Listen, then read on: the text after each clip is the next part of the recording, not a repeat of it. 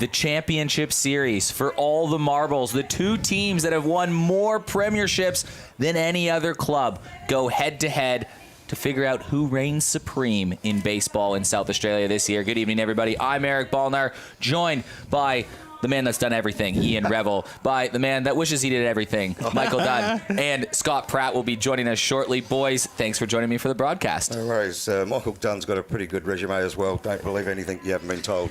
No, thanks, Eric. Hey, tonight we think it's West Torrens pitching against Goodwood's hitting, so that's sort of what we think of tonight's game. Tomorrow night might be different, but right now that's where we sort of sit, and that's what we think is going to happen. It's a best-of-3 series, but let's worry about Game 1 tonight, and it really feels like best versus best. The best pitcher, Mitch Neuenborn, a guy that I know everybody loves to watch play. He's been dominant all season long. Only allowed one earned run throughout the regular season in the minor rounds. Plays for Team Australia. Pratty, he's a guy that I know that you love to watch. Yeah, he's outstanding in the fact that he's got his fastball that runs and you see it come in and go away. You see the breaking ball, which is a great pitch, and he's also got a very good change-up, which could be the difference right there because it just gets the hitter's timing off. Guy throws in the mid-90s. That's scary. As I said, Mitch has just got some unbelievable pitches, owns every pitch, and that change-up, as you said, Scott, is absolutely world-class. It's a brilliant pitch. I just find that he's just, in the last couple of games, he's been going a bit too fine. He's got the pace on the ball to blow some of these batters away. Just use that. Hopefully his pitch count doesn't blow out too early tonight. Meanwhile, he's going up against a Goodwood hitting lineup that literally leads almost every statistical category. Most runs scored. They can put things up at will. They've got the batting average lead, the on-base percentage lead, a lot of experience. Goodwood's pretty solid. Yeah, they hit from 1 to 9. The big out tonight for them is Cresswell, obviously with a hamstring issue. So, you know, a guy that's hitting in the low 400s, taking out of your lineup is a big loss. But they bring the young kids in, and they've got a very strong side. And I think here it's a completely different game. We spoke about this earlier. It's a completely different game playing at West Beach than it is playing at Club Fields as well. I expect a really low-scoring game, especially with the wind that blows in, and it's blowing in tonight here if you can't see it on the TV already, and I think it'll be a very low-scoring. Defence will win this game, Eric. One way or the other, someone will make an error, and it'll cost them. Well, these teams met 2 rounds ago. Goodwood were the lucky losers before beating Sturt to get here. And West Torrens swept that series, but runs were just going left, right, and center. There was literally 8 runs between games in one of the wildest sequences we've seen. Yeah, well, that's when the bats start to open up, and both teams have got some great offense, as we know. We talked about Goodwood's offense, but don't underestimate West Torrens. They got some guys that can hit, and they can hit all the way through. Jasper Clark came up big in that game, in Game 3, in Game 2, where it opened up and got the confidence. They're a young team that are up and about, so give them a chance, and they'll take it away. And I think you're right. It's going to come down to that defence on both teams. Yeah, McGarry led the RBIs with 43 for the year as well. So you certainly don't want to get guys on the bags before he comes up to hit. So, you probably go into a situation. If I was Wiggy coaching in this situation, there's always a guy you don't want to beat you, and that's Tom McGarry. So, with no runners on, or maybe a runner on, that you can work really fine, and maybe put him on at stages 2, so they don't get a lot of runs on the board as well. So you play for, let the younger guys, if a younger guy can step up and get it done, hats off to them, but don't let your experienced guys in, both the McGarry guys, beat you. The numbers are pretty similar runs allowed for it. The difference really is that Goodwood lineup. It's really heavy, a lot of batters over 300. You talked about the West Torrens defense earlier. Here's a look at how the defense is going to shape up for game number 1. And you look around the diamond for West Torrens, and Jacob Scott anchoring the side. His grandfather, by the way, just made a life member, by the way, at Caps Medal. With Nick George at shortstop, the McGarry brothers, they're going to play a key part. Tom McGarry catching. West Beach, like you said, though, it plays a little bit different than you do at a club ground with those dirt cutouts. Yep, totally. Rev? Almost takes out the home run fence down here at West Beach. As I said, that wind starts to blow in, and it's just a tough hit to get out of this park. As I said, as Michael, you said, the score's going to be a low-scoring game, and whoever makes that one mistake, I reckon pitch counts are going to be really critical over these 3-game series over the weekend. Yeah, and what is interesting, as we spoke earlier about as well, Pratty, is that this is the only time of the year that the infielders play on dirt. Everywhere else they play on grass, and it's completely different. We know West Beach is hard. We know that second bounce that hit seams bounces up like a rubber ball. And if you're not ready and you haven't played on that for a while, you can make some gagunks pretty early, and it could cost you some runs. One thing that I like about the West Torrens outfield is there's speed everywhere. So you think you've hit a shot in the gap. A lot of those three guys are going to take balls and take away those potential doubles as well. And the other thing it comes back to is Super League. Those guys that played Super League at the start of the year, who plays under lights here? I know there's some guys that really struggle under lights, and that makes it tough for them. If they haven't had that experience, they could get caught out. That's a good point. Games normally played are in the daytime, but this man on the mound, Team Australia pitcher Mitch Neuenborn, put together a really special season. Those are his numbers, including the finals. In the 58 innings, his ERA is 0.62, but in the minor rounds, only one earned run. Just a staggering season that Mitch put together. He really is the best in the competition, and West Torrens will be banking on him to get it done tonight. Yeah, and it's going to be interesting how Goodwood go about this. Do they take pitches to get to his pitch count to get him deep? Or he throws strikes. So do you want to get behind and face that nasty stuff?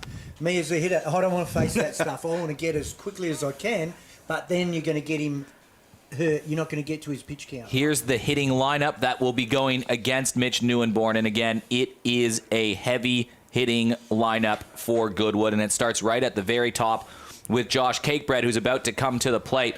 But even 1 to 9, Peter Paik batting .310, including finals down there. Look at those middle of the lineup numbers. They're staggering. Stephen Welsh hit a couple home runs in his last game, but Jack Bushell batting number 2, replacing Jeremy Creswell. He will have some work to do to replace that kind of production.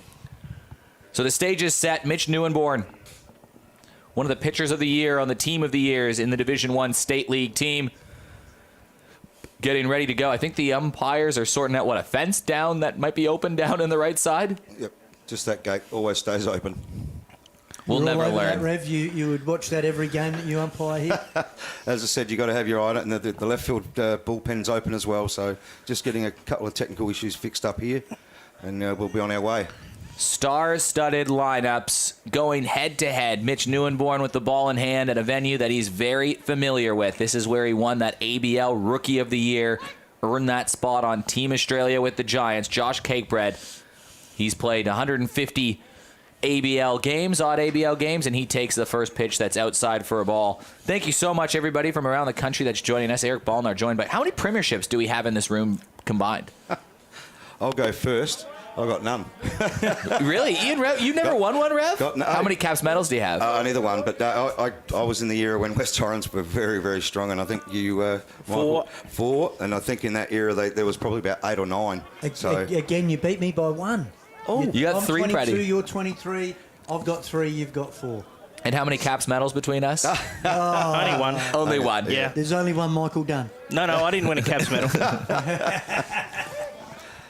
So we got the Caps medalist Ian Revel and umpire, more recently the umpire Ian Revel, Michael Dunn, longtime member of the Adelaide Giants. You played on Team Australia. Scott Pratt, former Giant. I did. Coach, played at does World a little Cup bit of in everything. Scott Pratt. South America. It was good fun. Mitch Neuenborn, full count versus Josh Cakebread. And this is where Goodwood will get on top of Neuenborn if he can't throw strikes early. Right. Gonna flare one over towards left field. Max Stagg, what a season he's had. He moves under it. He'll be used to playing under the lights at this venue, but when you say play under the lights, is it really that big of a difference for a baseball player that might be only used to be playing in the daytime to now having a whole different atmosphere here? Definitely. Yeah, definitely, and 100%. even through pitching, the ball moves a hell of a lot more at night times than it does in the daytime as well. So, again, the big thing with Neuenborn, if his change-up is on, he is going to be slippery because it even moves more at night time than it does during the day. I was going to touch on that pitching under lights is a different ball game than pitching in the daytime. And if Mitch gets that change-up working, it is deceptively the best change-up that I've seen for quite a few years, and he's going to use it tonight aplenty. Jack Bushell steps in to the plate. Just a young kid. Slashes one to the right side, and Jack Bushell. See, that's where, remember we talked about the ball hitting off the dirt and just taking off. Yep. Right, That's that ball on grass doesn't do that. No. It sits up, and the second baseman probably gets across and makes a play. Before we If even we get can see to that. pump him up, Jack Bushell, just 16 years old, made his There it goes. A-grade debut this year as that regular player. He's getting the start in the lineup in place of Jeremy Creswell. He went 3 for 3 on debut under the lights in Super League, and in his first at-bat in a grand final, he has a base hit, and that's his 6th hit in 3 finals games he's played. What I like about that is Jack didn't try to do too much with that ball. He's outside, didn't try to pull it, didn't open the shoulder, and that's where young hitters can go wrong. Yep. And just stayed behind it and took it to the right field. Riley Moore up to bat. And Jack's almost allowed the field to help him out there with that Yeah. bounce off the dirt. That's right. Riley Moore, a former College World Series winner with Arizona, played for the Giants last year. Hits the plate for a strike. And if they can see, if you see that pitch, then that ball actually came back off the plate, right? It did that. Yeah. It's sunk. So again, with the weather and the wind blowing around, that ball's actually Newborn throws a bit of a sinker there, and it's a. You think it's going to be a ball, and then at the last minute, it cuts across the plate and gets called a strike. That's a great breaking pitch there by Mitch Newborn. And you're right, Michael, that he's just going to be moving that ball all night with this breeze. And it should work in his favour, which hopefully means that he goes deep into this game. Yep. And a good situation here, Rev, like 1-2. Here's that change up right here. Right here, right now. Get a ground ball, get out of it with a double. Does Riley Moore know the changeup's coming?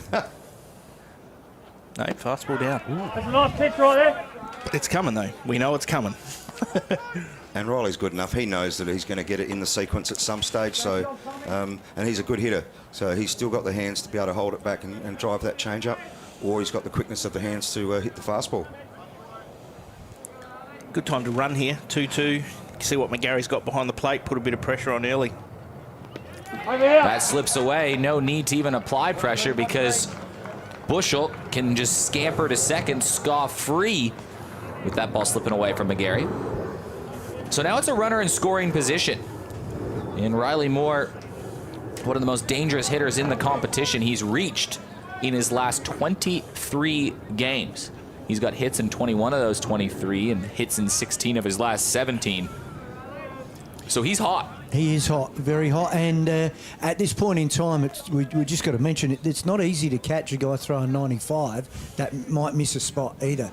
And with the big backstop here, you got to be on your game to be able to get to that ball. The backstop much bigger at West Beach than it is, I would say, at almost every other club ground. The only advantage is the brick wall. Hit up in the air, Riley Moore, a big shriek, and Mitch Newborn calls everybody off. Makes the play. Bushell comes back, so it's 2 down. But coming to the plate now, Stephen Welsh, and what a game he had in an elimination game for Goodwood. Game 3 on Sunday. He hit 2 home runs, made a couple great defensive plays in the field. He is, as they've called him for years with the Adelaide Bite, the franchise. They call him the Sheriff. He goes by many names, but you can also just call him Steph. Yeah, and such a great guy. Everyone, no one can say a bad word about this guy. And you'd all love to have him on your side. Last week, Eric, both you and I were privy to watching that play that almost changed the whole perspective of the game. That play from deep third, only Steph Welch is going to make that play. Have you ever seen a play like that? I've watched the replay time and time again. It was amazing. I liked Ben Wigmore, the coach of Goodwood's reaction to it. He said, you could have thrown it to second. There's some pitches being thrown here. You don't get on the ESPN highlights throwing it to second. No, you do not. No. And Steph made the play, and he made it look easy. Like, it didn't look challenging for him. But yeah, Mitch Newborn's pitch count already is starting to. He's going to have a big inning here. It's going to be 15 plus, and you just can't afford to do that. Pitch count in the local competition, 125. That's the most that he can throw in a game. And it disappears real quick. Yep. So would this be an approach that Goodwood would know heading into the game, saying, let's try to drive this puppy up as much as we can? And understand it that West Torrens will have that same approach with Tom Fitzgerald. They know he's not as accurate as Mitch Newborn, and he will get his pitch count up early, starts slowly and works into games. But yeah, they've really got to work on that. So a question for you is the 2-2 count to Stephen Welsh is, if Goodwood don't score a run or maybe just score 1 run in 6 innings versus Mitch Newborn, but they chase him after 6, is that a win? You'd have to put that as a win. As I said, because he frames up Stephen Welsh right there. getting a big strikeout with a runner in scoring position, and Mitch Neuenborn getting one of the best looking on a ball that just held the edge. Let's take a look at this on the replay. And Mitch Neuenborn was fired up after that one, too. Oh, that's a big out right there. There's no doubt about it. Is Steph Welch more damaging at night or in the day? Well, the thing is, he doesn't play a lot of night games, right? I guess when he's playing ABL, he played all night games, but out here it's a little different. So, Steph Welch is just dangerous. It doesn't matter when it is, day, night, midnight, whenever. And the one thing about Steph is he's just put that in the memory banks, right? He's just playing the game out.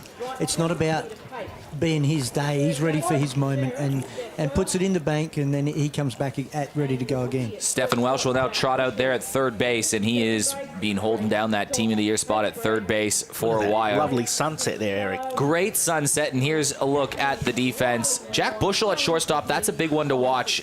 16 years old, holding down the middle of the infield with an infield that has so much experience everywhere else, but he should be up to the moment, shouldn't he? 100% he will be, and to have a guy like Steph next to you, Josh on at second, you've got Owen behind you, you've got a group of experienced guys just to calm him down, and that's Jack doesn't need to be calmed down anyway. He just goes about his business.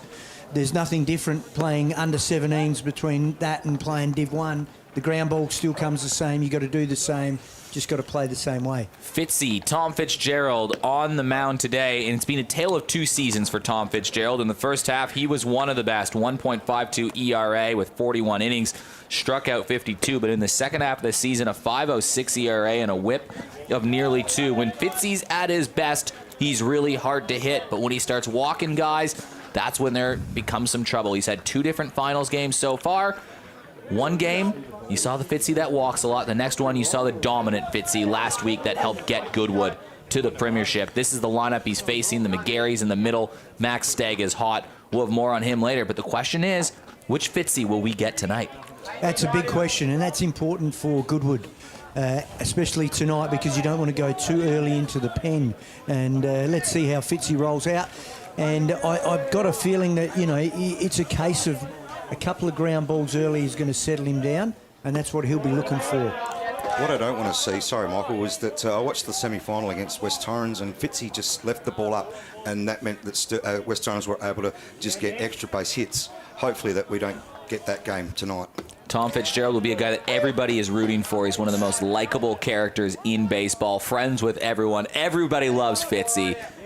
Yeah, he's a good character, that's for sure. The big thing that Fitzy has to do in his own mind tonight is he needs to throw back-to-back good games, which he doesn't do a lot of.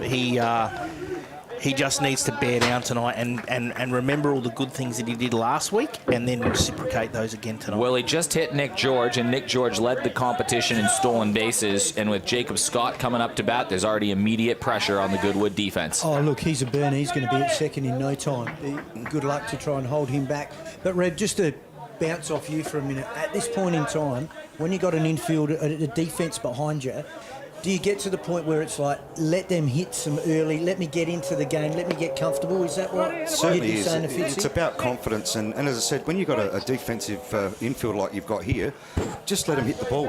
Hopefully you get some ground outs, you get out of that first innings, it gives you confidence, and then you can build into the game. Spot on. Well, things we spoke about all year, Eric, free bases, right? So that's the biggest thing is free bases, and the only thing you can't defend in a baseball game is walks.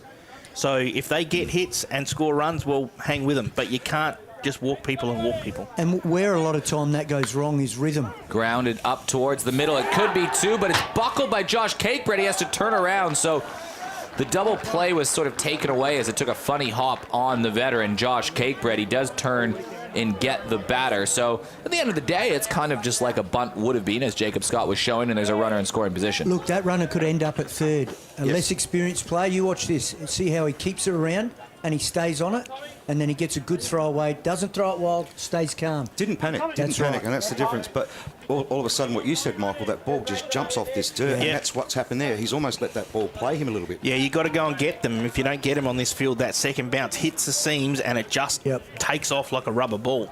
So you've got to go and get that ball, come in, make the double play, and then turn it that way. If you sit back and wait on it, it'll eat you up every time. Tom McGarry, the new batter, and he had a really nice season, was the catcher of the year on the team of the year that was announced on Wednesday night. Led the competition in stolen bases. George is going. Riley Moore has to hold it. I think the ball slipped on him at the last second, so it's a stolen base.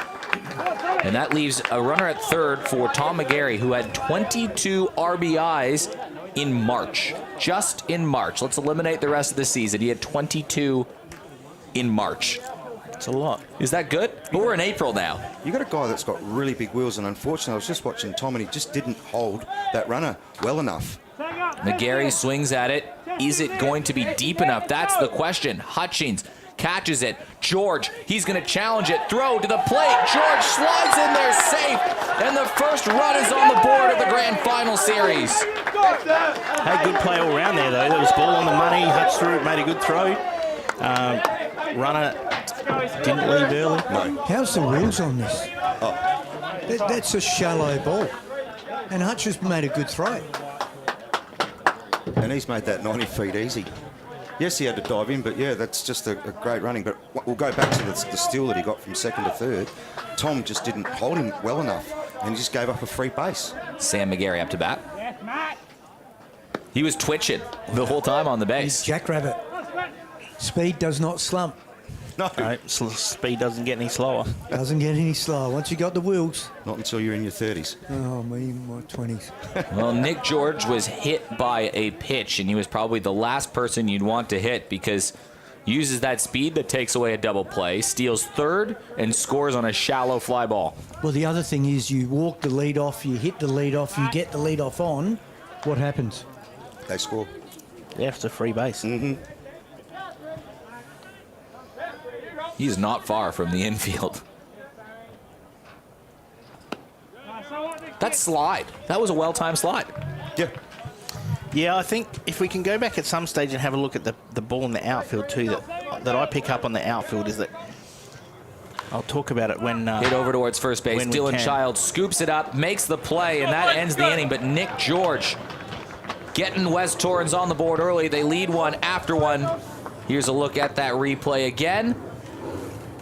We'll take a quick break on that, and Eric, Pratty, Rev, and Dunny will be back with you in inning number 2.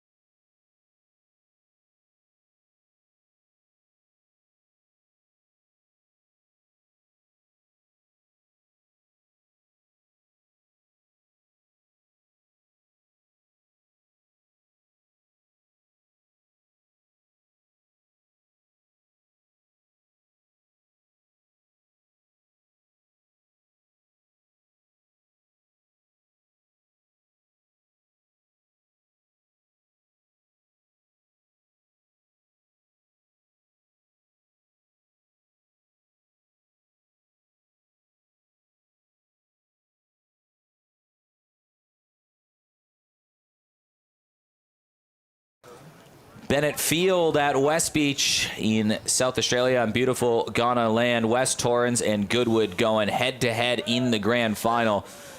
Two of the best all season long. Now they get to battle it out for a very decisive premiere. And as we have our next batter in Dylan Child up to bat. Pratty, these two teams have won a lot of grand finals and premierships in their days over the last century of baseball in South Australia. They certainly have, and if we run through the numbers, West Torrens 22, Goodwood 21, Kensington 12, Port Adelaide 11, Glenelg 8, East Torrens 7, Woodville 6, Sturton Adelaide on 5, Henley and Grange on 2, Golden Grove Central District, South and North still to get 1. So 22 and 21. So there you go, 43 out of all those premierships. That is powerhouse 2 clubs. This also is Goodwood's 22nd year in a row in the finals. That's a streak as Dylan Child takes that. So, Jack, Four pitches. Four pitches. That's a rarity, a four-pitch walk from Mitch Neuenborn. Very unlike Mitch to be doing that. And as I said, and this is what's going to probably be his Achilles heel right tonight, is that he's going to get that pitch count up where he needs to keep it down. Matt Hutchings comes to the plate, another former ABL player who had a big season hitting around that 380 mark all year. Handy guy to have as your number 6 batter. Yep, very handy to have as your number 6 hitter. Hutchins, he has some moments where he gets hot and cold on his bit, but he's had a hot year this year, so let's hope he can keep that form up and move. Bunt. I don't think he was ever going to bunt there. I think he was just pulling guys in, but... And he pulled out of that thinking it was a ball and might have been looking for a running bunt maybe. He did one the other week with his wheels. And he does that from time to time just to see if he can put the pitcher off, and Mitch has got the experience. After going hitless in 3 games in February, he's hitting 385 in just his last 10 games. So he's got hot after a mini slump that we don't see from Hutch too often. No. I think his batting's really improved this year. He was a bit hit and miss, and this year he's really picked that up. Frame just on the outside. He's Tom McGarry catching for Mitch Neuenborn. And that's well left right there. Like that's at that point in time to leave that pitch. That's a ball. Part of a plan. This one chopped just a little bit foul. Another pitch. Matt Hutchings would be another player that would have experience under the lights. The whole Goodwood team really does, not only through their ABL days, but just in the local South Australian baseball competition. They've made four straight now grand finals in the series that have been played. They've won their first of those 4. They lost their last 2, and now this one, we'll tell you in 48 hours from now. Yes. There's that fastball that was high cheese and just keeps going. It's very hard to catch up to that fastball. Very hard. And Mitch, as you said, he throws that pitch in the 90s. He's going to get a lot of batters just going to be swinging at that because it comes so quick at you. Yep. And that's what he's got to use to his advantage. Get in front of the count, get them swinging at your pitches. Owen Hughes hitting 353.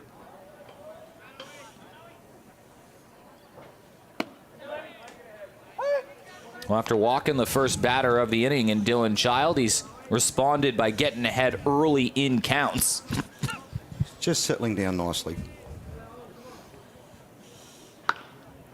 Chopped down the line. That one just goes foul. Tyrone Hambley, the one playing that. Bones, as they call him. He's got hot lately, Tyrone. Another guy that's had some good numbers back in his day playing in NCAA. And a very experienced campaigner. Knows the game and leads this club very well. He's the coach, yeah. Coached a lot of those big names that you hear doing big things overseas right now, Tyrone Hambley. Likes of your Curtis Meads in the under 18 and 16 state team, your Jack O'Loughlin's, but also guys that are dominating locally.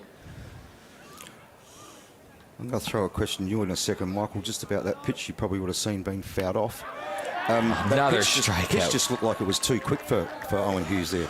He fouled it off late on the inside. The ball was in. The ball was in on him and couldn't get his hands through. I mean, you get that with the guy throwing high 90s facing club ball guys, That's right. So, because Mitch throws, he would throw between probably 5 to 8 miles an hour harder than anyone else in the league. I mean, Fitzy throws fairly hard as well, but out of those two, AJ Verstegi as well, but it's not something you see week to week that you can catch up on it and and start to get used to seeing it all the time. You get different guys throwing at different speeds at club ball level, where higher grade of baseball's pretty much similar all the time. And as I said, these guys, this Goodwood lineup's not seeing Mitch Neuenborn every game. No, that's right, and that's where I think this year too that the competition has struggled a bit at that level because you don't have the import. Yep. And if you don't face that import every week that throws 85 to 90. Yep. And then you don't just continually keep catching up to that pace of pitching. Tom Feebig grounds one towards short. They'll flip for 1. They just got the lead runner, so after walking the first batter, a 1-2-3 sequence for Mitch Neuenborn. And just as advertised, Mitch Neuenborn has 3 strikeouts. He has a couple soft contact balls. Just the one hit, that was off Jack Bushel, and that was a ball that just kind of had eyes through the infield. So Mitch Neuenborn kind of at as advertised right now, isn't he? Yep. It certainly is. As I said, if he can just get rid of those walks, as I said, that's where he does his best work. Get plenty of strikes. You'll get those little cheap ground outs, those little cheap pop-ups. Yeah, the ball's going to scoot through on this dirt occasionally, and you'll put up with that.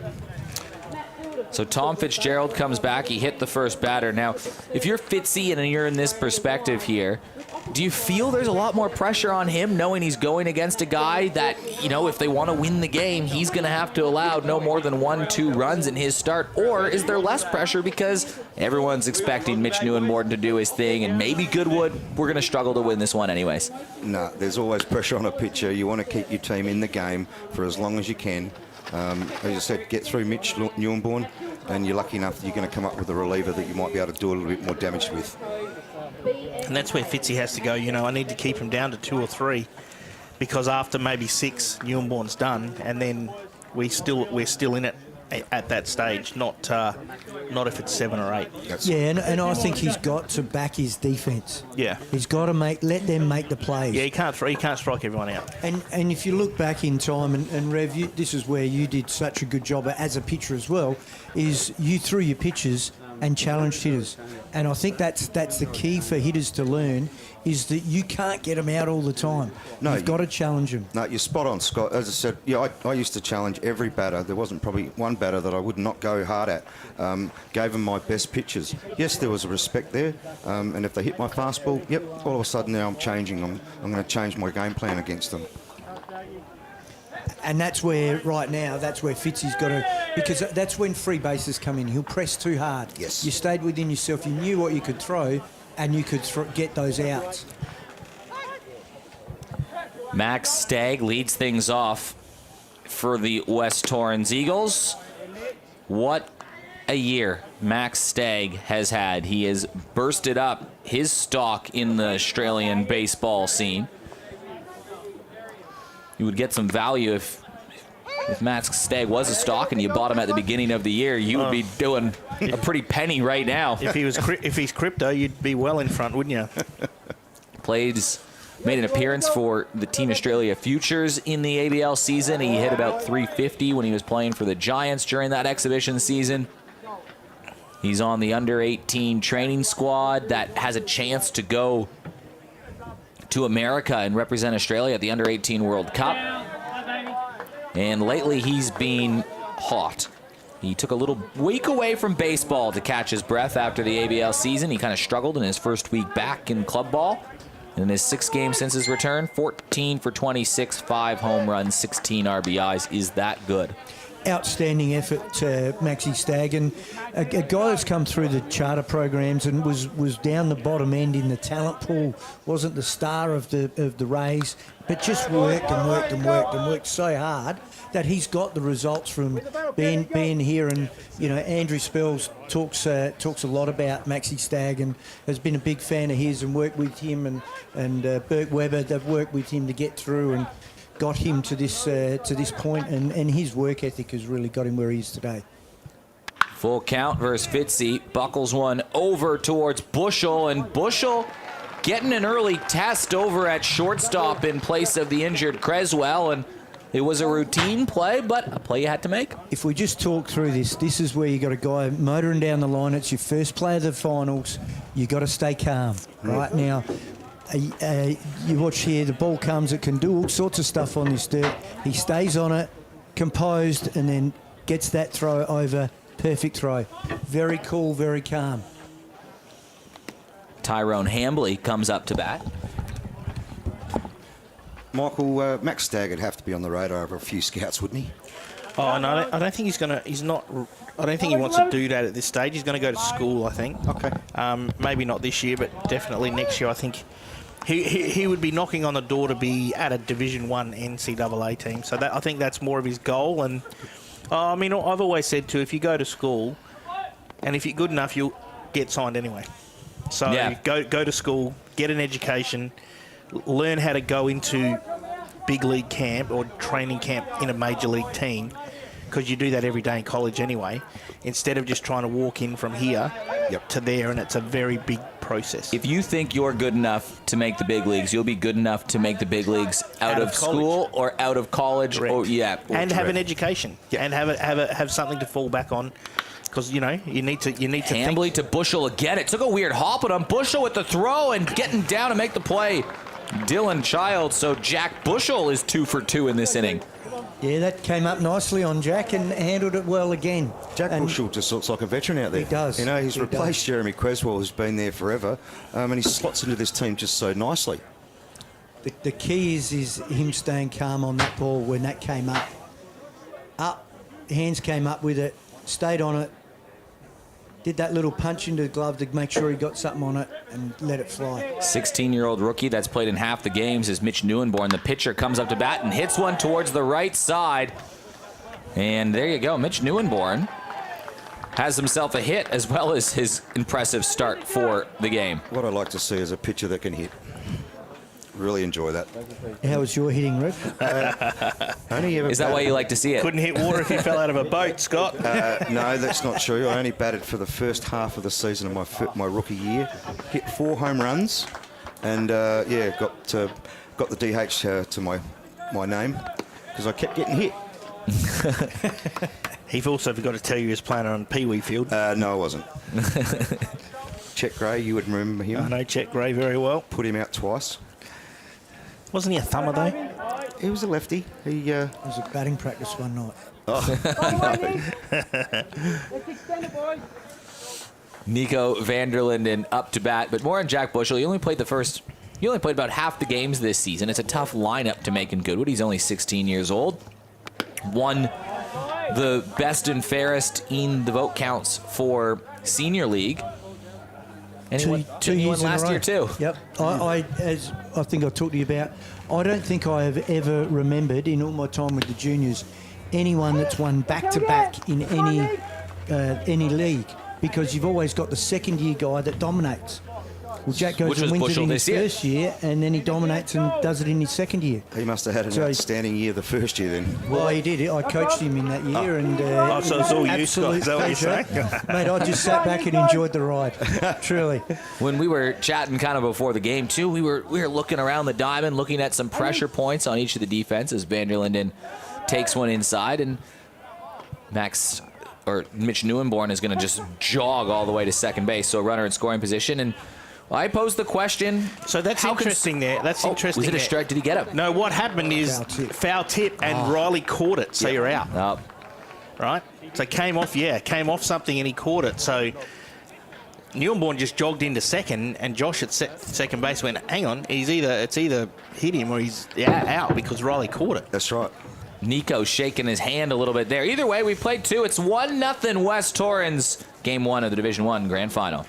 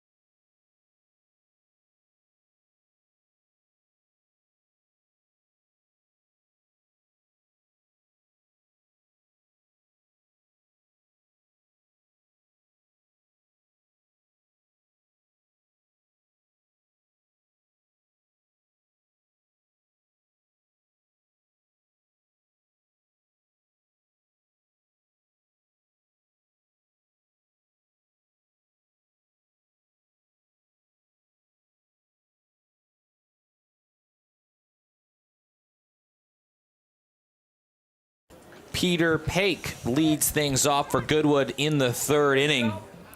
Goodwood has been to a bucket load of grand finals recently, but they've lost their last 4 grand final games they've played in, and the offense really hasn't got going in any of them. They lost all 4 of those games in the 2 series to Sturt. Peter Pake at the 9 hole. That'll be a key point in this game, won't it, is who can be better at the bottom of the lineup. 7, 8, 9 in any game can win or lose. 7, 8, 9. What does our friend Chris Lawson say? 7, 8, 9. Get it done? That's how games are won. Well, Smokey. Is he watching the game, Smokey? Surely. Take it easy, Smokey. Smoke show. Let's go. And you'd be really amazed at the mindset of a pitcher that you go to 7, 8, 9 and you just take the foot off the pedal a little bit. Yes. And bang, they'll get a hit. And you'll be upset with yourself. Or you'll walk them because you start thinking you can get them out, and that's when you press too hard rather than challenging them. That's right. And then bang, there's a walk, bang, there's a walk. Number 1 comes up and gets a hit. Chopped over towards first. It's flipped from Hambley over to Neuenborn, and we're now 1 time through the lineup. I'm just going to touch on pitch counts. I know it just came in through the back here. Mitch Neuenborn up into the 39. 30s. Yeah, 39 now with 1 out. And we're only in the 3rd inning. Yeah. So, it's going to be dangerous come late in this game. Pitching depth is a big question for most clubs. And Fitzy's been economical. I know he's given up that 1 run, but he was on a lower pitch count at the same point as Mitch. So the job really here with Fitzy, as Josh Cakebread comes up when he's on the mound playing a guy like Mitch Neuenborn, is keep this game as close as you can. Spot on. And let us win it late. Cakebread fouls one away. On a cold, blustery night at West Beach, we're lucky enough to be inside, but there's a lot of there's a lot of beanies out there. There's a lot of jackets bringing it all out. Good colours, both sides. Everyone's decorated the grandstands. Yeah, it's Goodwood in the Andrew Scott dugout, funny enough. Yes, that's a classic. Andrew Scott, one of the greatest players to ever play for West Torrens. And then his son appears on the screen there. Yep. Ball jammed up the middle and moving over to make the play. Sam McGarry feeds that into his glove. It's 2 down. I was just going to pop up Josh Cakebread. Just going to say that many, many moons ago, I was lucky enough to coach Josh at under 16 level at the state level. Ron Harvey and Brian Cakebread were the coaches, and I was the pitching coach. And Josh was a brilliant player at that age. Still pretty good now. Keeps getting better with age. Jack Bushell, the only player to get a hit for Goodwood to this point of the game. So he's got Neuenborn in his scalps now. He's got Ruzick. He's taken some big scalps, hasn't he? We'll take a look where the second baseman on this play has moved over. He's moved right to where he got that hit last time. And shortstop has come right up the middle. We can see him on the screen. He's given him a couple holes to hit through here. That's a bit scary, that one. But that's just the rollover. Ball to the outside, so Bushell getting himself in a good hitting count. He got that surprise start. We say surprise start only because Jeremy Creswell got hurt. We didn't know if he'd be available in Game 3, and he went 3 for 5 in an elimination game and had 2 separate 2-out RBIs. Clutch from the kid. Just takes a pitch. Not really phased. Is he phased by any moment? No. Simple answer. I've never. I think I've seen him flustered once on the mound. That's it. In all the time So he can pitch too. Him. Oh yeah, he can pitch very well. So that's that pressure. Swing and a miss. It is a tough gig. Yeah. 4 strikeouts for Mitch Neuenborn, and that was his most economical, and it was his best inning yet. A 1-2-3 inning. And you guys said it will know fairly early if Mitch Neuenborn's on. Well, He's on. He's on. you reckon, Danny? Yeah. He's on? I thought about this during the week when I was asked to come up here, and I just said to myself that I just find that Mitch needs to not go as fine. I think he's got the pitches. He can get these outs, but he just goes fine, and that's what's building his pitch count up because he's just getting too many balls, trying to get these guys to swing at it. There's some decent hitters. These guys know their strike zone. How about the key for Fitzy, who's on the mound right now? Just the one run allowed, and it was kind of generated. He's allowed the hit batter, and he's allowed just the one hit so far. Well, I'm going to say it again. He's just got to settle down and put the pressure back on and challenge the hitters and let your defence work for you. Like you've got some great fielders. Let them make the plays. Fitzy's got to throw, and this is Fitzy, my opinion of Fitzy over many times I've seen him throw. He throws the ball with good velocity for a big, tall, skinny guy, right? He throws 90 miles an hour.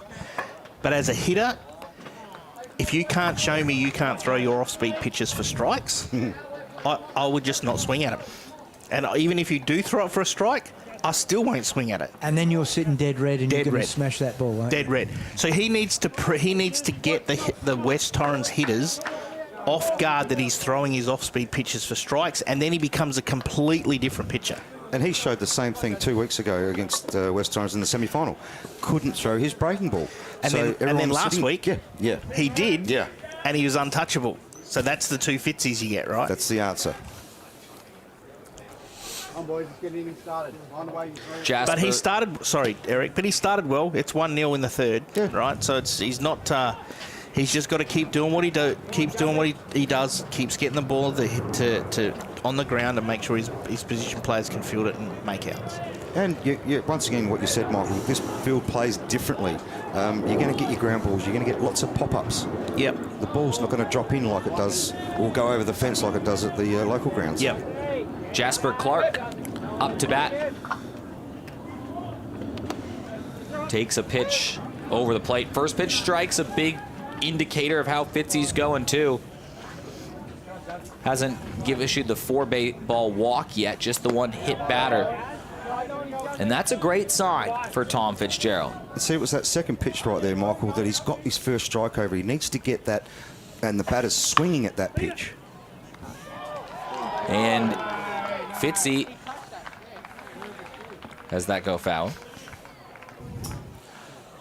That's a tight call down there. Payne Souders made a great call.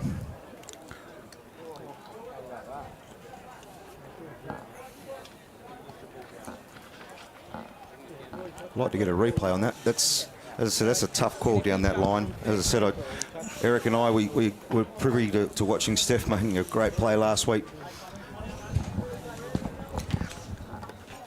So Jasper Clark still working away as you look at that replay. There's Stephen Welsh, that defensive wizard.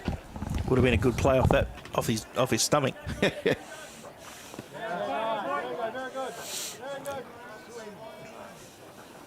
And there's that control we keep talking about, Michael.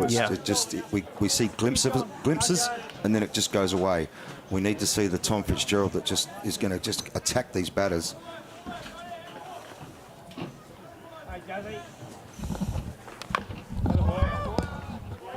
Chop foul once again. So it's a good at bat here by Jasper.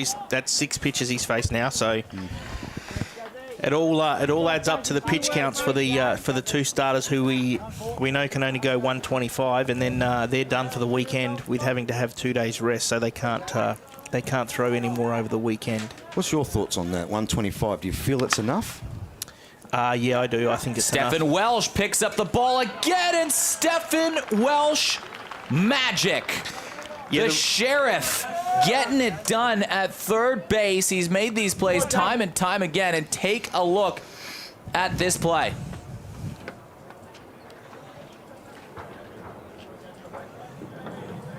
It was easy, right? Yeah, for him it is. That's just not even anywhere near the one he made last week. No, just back to your point, Rev. I think it is because what we're trying to do with the league is we're trying to make clubs improve their players. Develop your pitching squad. We don't want one guy going out there and throwing 180. We want you develop the rest of your bullpen and make sure that, you know, be a manager and manage your staff, not just go, here you go, mate, you'll just dominate, and then it's sort of done. So you've got to, there's a bit more thinking about what you got to do. Good call.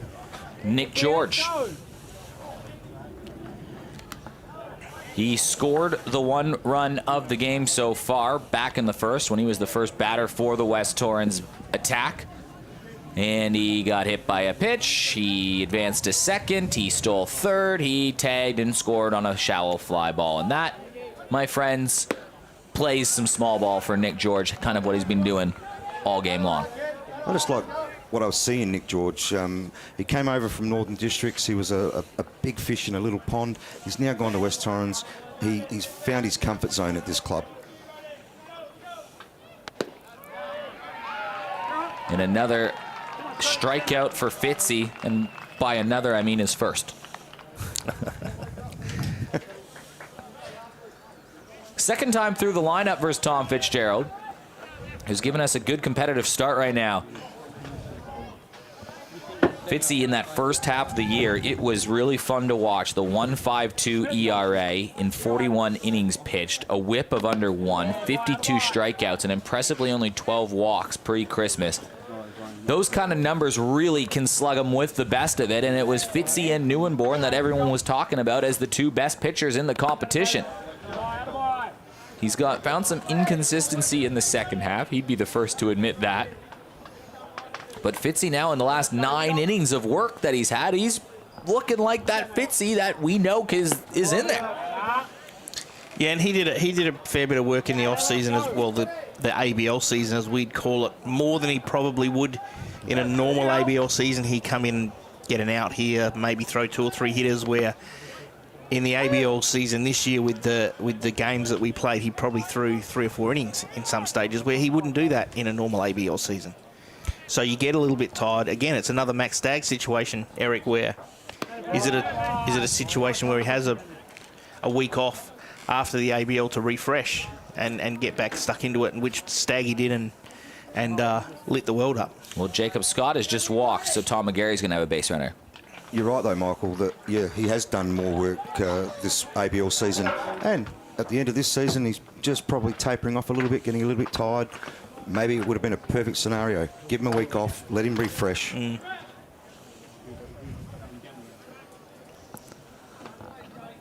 Tom McGarry, maybe the hottest hitter in baseball right now. And by baseball, I mean in South Australia. 48 runs batted in the regular season. 48. Lapped the competition in terms of that number. Had a decent showing in the Caps Medal votes as well, especially had a hot start, strong finish. Finished 6th or 7th on the poll list, somewhere in there. Caps Medal's the best and fairest competition locally. Middle of the lineup trying to generate something. And Fitzy has lost that strike zone just a little bit in the last couple batters. And this will be an important one. You don't want to have a runner in scoring position for a guy that hits 400 in Sam McGarry, and also with Max Stagg lurking behind him. This is where he's got to dig real deep here. Just giving up a walk, and he's just fallen. 3-0 back to this batter. This is where he's really got to dig deep. And here's a situation with 3-0, 2 out. You'd almost give McGarry the green light here. Look for one pitch in one spot and see what he can do. Tommy, come Tommy! Yeah, Tommy, you go. Yeah, 2, let's go. Tommy, 2, you go. Good 2 right here. Good battle. Again, 3-1. Probably good running situation as well here. Nope, doesn't go. Ball 4. Doesn't need to run because he gets to walk over towards second base, and Tom McGarry will go to first. So back-to-back walks issued from Tom Fitzgerald. That'll bring Sam McGarry to the plate. Sam McGarry on a 10-game hit streak right now, and that coincides with West Torrens. They went through that little middle stretch of the season where they lost those 3 games in a row. They had that one lead over Port Adelaide that they gave up late, but since that point, they've scored 91 runs in 9 games, and they've won all of them. So sometimes when good teams, face that little bit of controversy, or they're put up against their backs against the wall, they ask the question how they respond, and usually the great teams have a big answer. And they have answered every question thrown at them. See his numbers on screen, Sam McGarry. And a dangerous guy just to poke that ball through to the outfield. Playing a little bit of a shift over in center field. Hutchings playing over towards the right half of the field. Is that just the wind swirling out there? Are they playing a tendency? Big gap between left field and center field right now.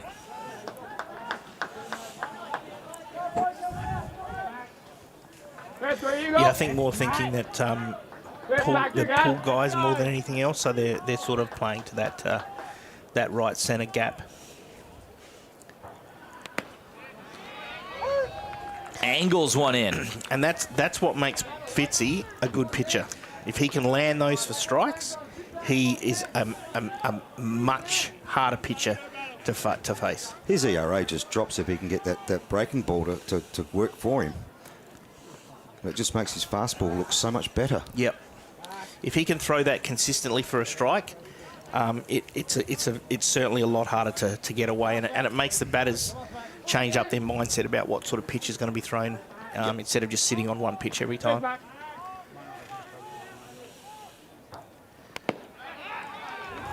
Was looking for it. 2-2 count. Don't know if we have that on replay, that one.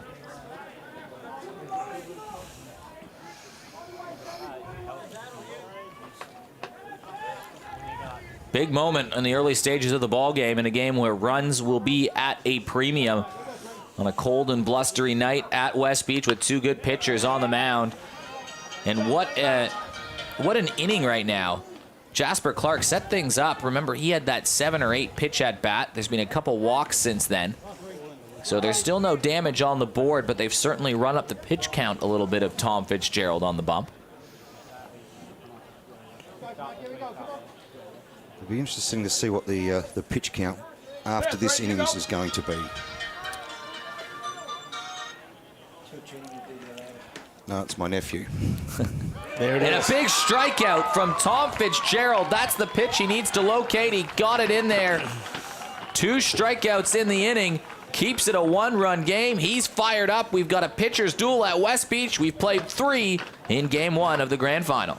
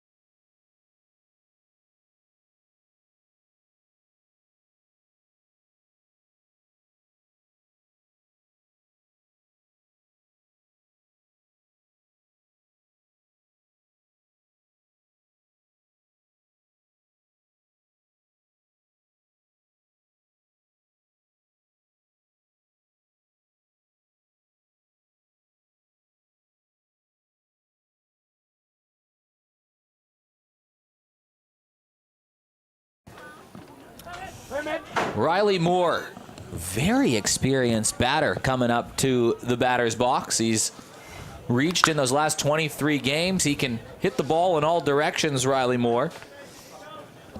One of the leaders of the Goodwood club, you'd say, Pratty, or what? He's settled in beautifully. Come from, obviously, started off at Port, then back overseas. You're welcome. And, yeah, thanks for having... Did you coach him at Port? I certainly did.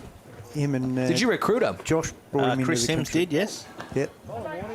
And he got on quite well with Josh Cakebread and wanted to come to Goodwood when he came back to Australia. And has fitted in beautifully and high performance. manager here at Baseball SA. He certainly is. He's heading back to America on Tuesday, I think, Riley Moore. Yep, that is correct. Going home to see his family, which he hasn't seen for a while. Has a month off and then gets back over here to get stuck in with the kids into the new HP program that starts in May. Swing and a miss. Mitch Neuenborn going fishing, trying to get him to chase at something, and he does.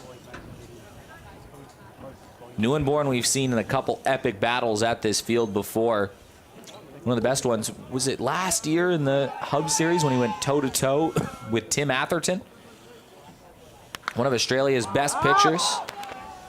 Mitch Neuenborn just saying, yeah, you know what? That could be me too. 6 players, it feels like, are calling for that ball, and they all make way for their coach, For the Tyrone boss. Hambley, the boss. I don't think anyone else could have taken it except for him there, could ya? And that's the cool, calm Bone taking control of the infield. But what's great to see is everyone wants that ball. Yep. People aren't just, oh, no, yours, you take. And that happens on those high sky babies. Stephen Welsh up to bat. He's faced Mitch Neuenborn 2 past the minimum, and Welsh, who is one of the best pure hitters in the game, just tried to drop a bunt. He's still got pretty good wheels for a bloke of his age, and Jacob Scott is pretty deep back there. Does he do it again? That's a nasty breaking ball right there. What can you do if you're Stephen Welsh there? Well, that got Riley out on that pop fly. It's if he keeps throwing that, it's going to be very hard to hit. And I think this, it's almost like here he's come to hit a 3-4-5. I think he's made a decision right here. I'm not give him a fastball. I'm going to give him the breaking ball. Did he start off with a fastball that first pitch? And then he's gone curveball, slider. So he's got the whole repertoire happening here. And change up here. Yeah. There it is. Oh, I reckon I could hit in the old days. No, that's a good pitch sequence there, isn't it? So he knew exactly, and that's what you do with the good hitters, though, like that, though. You don't, you got to keep mixing it up. You got to keep moving it around, throwing it in, throwing it out, hitting your spots. If you don't, you'll just get beat up. Never show a good hitter the same pitch twice. Never. Could you hit that one, though, there, Dunny? Probably not. But then again, Michael, your process would have been that, hey, I reckon I'm getting a change up here. Oh, Or you'd not. certainly thinking that you'd certainly be thinking off speed in those sort of situations when you're so far in front. But then Neuenborn could, I mean that's where you see in big leagues games where a pitcher will throw just a fastball straight down the middle, and hitters are just they're not looking for that pitch, so you don't swing at it right. You just go, okay, hats off. I've got 2 more at bats. I'll come and get you next time. That's it. Stephen Welsh now 0 for 2 with 2 punchies. Dylan Child, he walked. The only batter that has walked versus Mitch Neuenborn through 3 2/3 of work so far. And Mitch Neuenborn gets another strikeout. That's 6 on the day. He's now retired his last 9 in order with 5 strikeouts coming from those 9 since he gave up the walk from Dylan Child. And that last pitch was just something. Mitch is just in a routine right now. He has just got a flow happening, and you can see what it's producing. 9 batters, 9 outs. To move through 3-4-5, he's hit 60 pitches now, and he's right in the groove. And to get through those 3 guys, that's an impressive time right there. That's where you want. That's for Goodwood. They've got to stand up there at that point in time and get some runs, and to shut them down pretty quickly is impressive. And there's the big mark that you just said, Scott. 60 pitches after 4 innings. Does he get to the 8th with 125? He's going to have to be really in control for the next 4 or 5 innings. Well, the next thing is with Fitzy on 57, where's he going to be at? And then who comes in behind him? That's up to the coach. As I said, he gets paid the big bucks to make that call. Yeah, the first cab off the rank will be a big call for both of these managers and who they use. For Goodwood, they've got a couple of options in the pen, but do they go to someone like a John Challinor, and is Challinor used as that bridge guy in games 1 and 2, and then maybe as a starter in game 3? And for West Torrens, Nathan Vanderlinden, you would think, would be the guy that would come out of the bullpen in games 1 and game 2, and then maybe pitch game 3 if necessary. They just can't break that. What's the threshold? Well, 150 over the weekend? 150, yeah. No more than 60 on a day if you want to pitch the next day. I reckon it's 80, and then you can't go past 80. Can't go, yeah. And then you can go to 150. Well, what As we a have, pitcher? Yeah. As a pitcher. Nah. 60, right? Yeah, you can't throw 150. 135 a week is your number. In the finals, is it 150 on the weekend? Oh, Here we go. Maybe. Here we go. It's getting hot in the box. We just I don't know. Is it? we should. It's hot in the box. Well, someone- I'll put a call into the high performance board manager that on would the be- baseball SA board, and he would know the answer. being that, that's you know. right. But then again, maybe an umpire should know that. And then maybe an umpire should also know that too. Yeah. I'm just here for my look. I'm not sure whether. Rev, umpire Rev. I reckon it goes to 150. I think it's 150 for the finals. For the finals. But don't quote me on that. But either. only 125 and 1 out. Yeah. Yes. Right. And you can't pitch on the next day at 60, I think is the number. So if you pitch 60 tonight, 61 tonight, you can pitch on Sunday 80 whatever pitches it is. I reckon you can go back again tomorrow. If you pitch tonight. No, you've got to have, if you go over a certain number, you have to have 1 day's rest, 1 day's rest. which means you then you can throw Sunday. Yeah. So it's possible, and we've seen that before, right? Matty Watkins and Nathan Vanderlinden have both won MVPs recently as Fitzgerald gets Max Stagg chasing. That's his 3rd strikeout. He's starting to pick up the pace. But you've seen those guys win MVPs by pitching all 3 of those days in the grand final by just bridging some innings and then jagging a couple hits. Just watch Tom Fitzgerald. He's just struck out Max Stagg and he's given a little fist pump. That one's got him pumped up. It's a big moment for Tom Fitzgerald because he moved from Kensington to Goodwood looking to develop his own pitching career and to go here to try to win a premiership on a team that has a very good chance. Well, if you have a look at the innings before, where he did the 2 walks and started to get away from what he should be doing, he's gone and sat down in the dugout. He's gone and made the adjustment, and that's what you want to see from pitchers. Make an adjustment and then get better from it and learn from your mistakes, and that's where you're going to get things right. And he's done a lot of work on the mental side and okay, make adjustments. What do I need to do? And make it per pitch, not per hitter. Bushel going to have to scoop and fire again. This is his 3rd defensive play, but it looks like he's been making these for a lifetime. But you're spot on, Scott, that you've gone back after that bad inning and he's come out and he's gone bang, bang, 2 That's out. right, yep. And he's throwing strikes. That was what he wasn't doing the innings before. Yeah, exactly. And he wasn't challenging hitters. He's now challenging guys. And to challenge, so that's Bone's 2nd ground out to shortstop.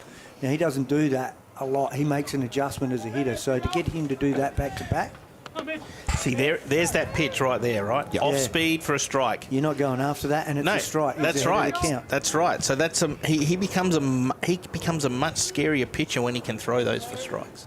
Mitch Neuenborn, the only player to have a hit in this game for West Torrens, and it was just, again, a little ball that was lined out towards the right side of the diamond. Wasn't hard hit. Got on. Very similar to how Jack Bushel has the only hit of the game for Goodwood. Both pitchers throwing a 1-hitter here with 2 outs in the bottom of the 4th. We've got a pitcher's duel. Can we call that? Can we officially call it a pitcher's duel? When do you get to declare it a duel?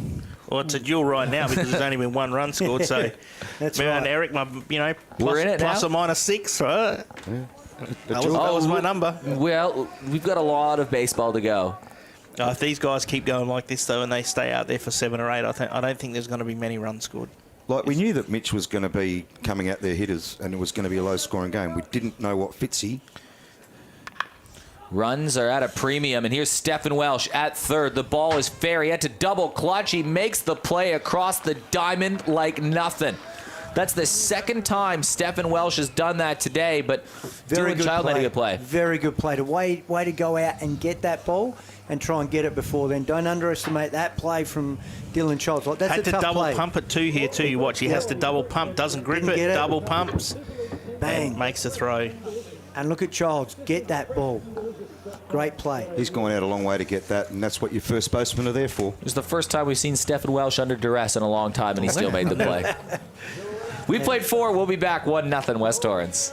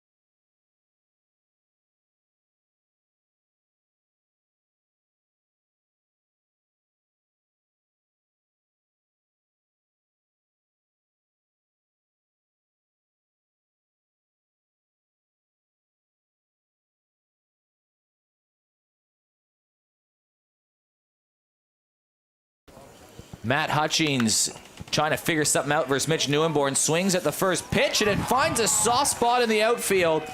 And it wasn't necessarily pretty, but it works, and it's a leadoff runner for the first time today for Goodwood. The little dying quail, as they call that. That one's got eyes. Hey, you take them all. You take them all. Yep. That's right. Some interesting points here at this point in the game. Goodwood before this had 2 on base. That's the 3rd on base. West Torrens 4 on base. But West Torrens have had 6 balls to the left side. Seem to be just pulling, just pressing that little bit harder. It could be a difference right there. Bunted straight up in the air. This is Owen Hughes. And you can see Goodwood, who are the highest scoring team in the competition by a wide margin. About 50 runs separate them. About 50 points separate them in between 1 and 2 in the batting average. They're hitting 355 as a team. They might be playing some small ball here, just going into generation mode for a team that can really swing it. Ben Wigmore And he weighs down the understands. bunt. Neuenborn fakes the throw to second, makes the play. Ben Wigmore understands that he knows right now that we're probably not going to have a lot of runs here tonight. So it could be those crucial moments. Get the leadoff runner on, get him over, and then let's try and bang that run in. Spot on, Rev. I think at small ball is a different world and different theories behind it. But when you got a guy that you don't score a run off of, what are you going to do when you get a guy on and you got none out? You've got to do something. Get them on, move them over, and score them, right? Yep. Ooh. Ooh. And did they get him? I think they did. Called out at second. Uh-oh. And Matt Hutchings is looking in pain as well. Here's a look. He tried the run. McGarry and Hutchings was dead in the water if he was going to third. Jacob Scott. I think he stepped on his hand. Yeah, And I think Nick so too. George knew it straight away. I'm just not sure what Hutch's mindset was there. I'm not sure what he was trying to do. It's either you're going or you're not. He got caught in no man's land. As soon as he's caught in no man's land, he was dead in the water. And I just don't think he had a good break on that. I think he doubted himself on the break. Yeah, he stepped on his hand. Man. But you're chasing one run. You're on second. Let your batter do his job. Yep, that's Don't want to be a not cheap sure out. what was going on there. Maybe he was watching Nick George, who stole third earlier and when he got on to start the game. Now a swing and a miss. Feebig going to hustle down the line. It was a drop third strike to throw, a little wayward, but Tyrone Hambley makes the play. And after a bit of excitement of getting a runner aboard, instead it's a very quick 1-2-3 inning. And since, I guess, now the second inning, when they walked the first batter, they've gone down in order. Goodwood can't string anything together, and big piece of that is Mitch Neuenborn. Yet to see Hutchings come out of the dugout. That is not good. Oh, okay. So Hutchings is the one that regularly takes a spot on center field. Watch that on your screen. Goodwood will be coming out from the Takes right out. side. He's coming up the Bags back end. coming out. Yep. Oh, yep, he's coming. He's okay. Yep. I'll just motion to Scott there. Is there some action going on down in the Goodwood bullpen? I think they're just some light toss. It looks like Matty Watkins is down there, and I'm not sure who the other guy is with him. Looks like Fiji, maybe. Just rolling it over very... That's going to be a critical moment here, Michael. Where and how do you use Darren Fitch? He's been a master for so long in South Australian baseball at ABL level, at club level. He's had a couple of bad outings. Do you use him as your stopgap, or are you going to use him as a bloke that's going to come in maybe for one inning? Yeah, it's an interesting one that Ben will have to try and work out. He has had a couple of bad outings, and you know it's hard when you get to the veteran stage that Fiji's at, and you've got to come to a realisation of what you need to do, and Ben needs to come to that and work out what's best for the team to try and get this over the line. So at this stage of the game, it's only early on in the series, but you've got to go with your best to try and win, and whoever that may be, it may be. So. And do you feel that Darren is in that best, or I personally right now I don't think he's up to this level still, mate? As I said, great pitcher. Yeah, overall you would say yes, but his last couple of outings haven't been the best. Yeah, and look, I think you've got to also look at what you're going to do game 3. Do you think you can get another run here? Where do you see yourself at as offensively as well? Do you use up your bullets in this game? Do you go, Fiji's going to at least compete? Yep. And at this field here, okay, if they hit him. Nico Vanderlinden over towards the right field line. It drops in for a base hit, and Nico Vanderlinden all of a sudden is a leadoff runner for West Torrens coming from that 8 position. And now it'll be interesting to see what West Torrens do at this point in time. Leadoff comes on. My thoughts exactly. And it looks like that Tom Fitzgerald's just checked his bench and he says, mate, we reckon they're going to bunt here. So just back to the theory with that is do you bring in Fiji at this point when the time comes, because he's got the cool head and you're at a bigger park? Are they going to be able to put Fiji out of the park? Can he keep it cool? Can he throw his strikes versus who else you've got versus then game 2, game 3? And it pains me to say that about Darren Fidge because I reckon he's absolutely a legend. Yeah, definitely. And one of the greatest.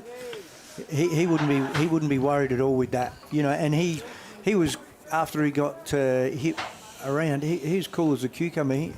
That happens. He's had that happen, as you would know, Rev, and you just got to come back. Jasper Clark showing bunt, pulls There away. you go. Right there. Jasper Clark, remember, was a year removed from putting up that over 400 season team of the year. This year just kind of mired by a couple injuries. He's an ex-Goodwood boy. I'm not going to get into that debate tonight. Ex-Goodwood boy, young Jasper. Oh.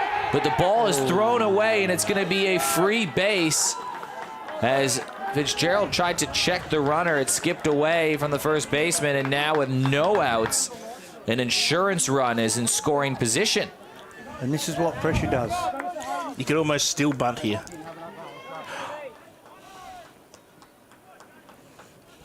He's almost just picked off just for the fact that, hey, I just want to keep an eye on him. I think he was what he's trying to do, Rev. He was trying to see if the hitter was going to come round to bunt again. Okay, but he's just mucked the throw up to first base. Throw. Yeah. Step off. So Fitzy has to settle down here. This is a big run.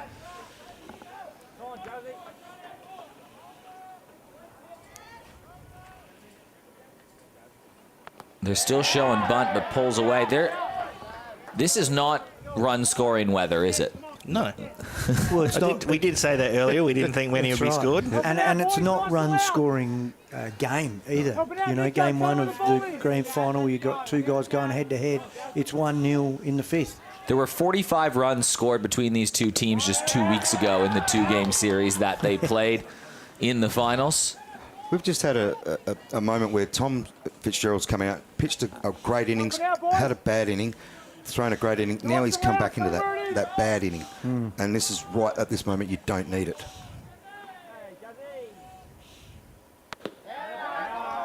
Strike called, so it's the first strike on Jasper Clark. And we go back to the top of the lineup. Get a job done, let's go. You see the wind kind of fluttering, but it gets gusty down here. Jammed again over towards the right side. Hutchings having to move back to try to make a play on it, and it drops all the way near the warning track. It's going to score a run. Jasper Clark flying around second. He's going to be a play at third. Slides, and he's out. Called out. He tried to stretch the double into a triple. He scores the run, but an important out is made on the relay that Stephen Welsh tags him out and sends him packing. Scores another run, though. That's the main ball thing. just kept going. Just kept going back and back and back. You have to watch this play coming into third. There's Bushell. How's the throw from Bushell? Let's keep going. Start again, Nick. It's hard to tell whether Steph's got that glove, but it looks like he's got that glove down in front of the base, and Jasper slid into it. Jasper was calling safe before he even slid in there. He's trying to sell it. Let's see if we can see that replay again. That was really, really close. But a good relay, wasn't it? And a nice throw from Jack Bushell. What about the pickup by Welshie? Just the ball's in the dirt, just over here. Either way, Jasper Clark has the first RBI of the game. You know, Or second RBI of the game, sorry. from a coaching point of view, then you don't run. No. stay at second. Yeah, you don't need to. There's none out. You scored a run, Like, that's just a sure double. And you'd right be in there. scoring position. so And- you're helping Fitzy out, right? You'd have runner at second with none out. The third base coach should be standing down the line saying stop. Yeah, almost Right? holding him. Let's keep putting the pressure on Fitzy. You just give him a cheap out. And you're at the top of the lineup. 8-9. 8 and 9 have scored a run. Bang, bang play. What's that, the old rule of baseball, boys? Never be the first or third out at third. That's Spot right. on, spot on. Rally killer. And it's drummed into us every week. Do not be the first or third out at third. Especially when there's so much pressure on Fitzy with none out. Yeah. Scored another run, hit a double, take your double, tip your hat, and let your top of your lineup score more runs. It's almost like as soon as you get the momentum, it's taken away. Yep.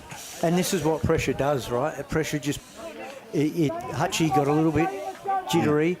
Jasper's got a little bit jittery, trying to get a little ahead. Fitzy, runner at first, wanted to check. Little Yep. jittery. You know, it's the importance of staying calm, and that's that mental side of the game. On that last pitch, Nick George was halfway down the baseline before the umpire had made up his mind. And now it's 2 strikes. What do you think about Make it that, 3. Rev, Do you do- love to punch those guys out that... I'm calling strike every time. Hey, you don't get paid the big bucks to call balls and strikes. Just stay in the batting box. We'll call it. And the pitch was good enough. Yeah. Payne's made a good call. And as I said, don't start anything running. Anything close? You just want to give them one? Do not run on me. See, there you go. And people know it. That's why you get paid the big bucks. just wait for you to send him. Jacob Scott up to bat. Oh, breaking ball there, Michael. Again, just missing, but having the confidence to throw that. Yep. Yeah, this is, and again, if Fitzy gets out of this with 1 run, he's got out of trouble. Oh, Leadoff gets a hit. Number 9 hits a triple, gets out They at both third. got hits. Yeah, K2. single and a double. now we're seeing Tom come back where he's dominating with that breaking ball. In the air. It's going to drop foul. Clanked off a couple things. You could hear it up above. It is a cold night at West Beach when those hoodies are up and people are jamming their faces into their sleeves and their... Yep. Yeah. Beautiful.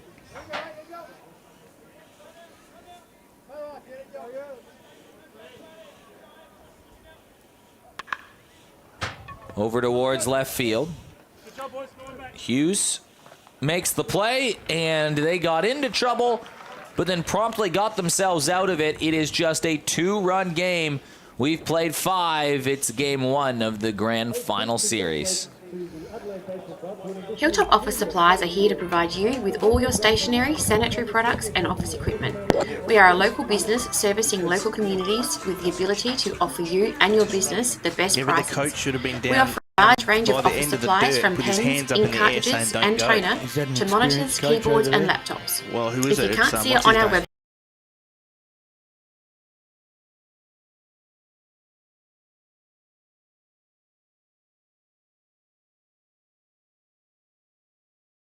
Hilltop Office Supplies are here to provide you with all your stationery, sanitary products and office equipment. We are a local business servicing local communities with the ability to offer you and your business the best prices. We offer a large range of office supplies from pens, ink cartridges and toner to monitors, keyboards and laptops. If you can't see it on our website or in our catalogue, ask us and we'll source it for you. We have a partnership with Kaishira Document Solutions where you will find many leasing options available for these state-of-the-art units and plenty to choose from whether you have 5 or 5,000 employees. We offer businesses a one-stop shop for all cleaning, kitchen and bathroom needs. Check out our website at www.hilltopofficesupplies.com.au. Register your business to stay on top of the latest sales and receive member specials.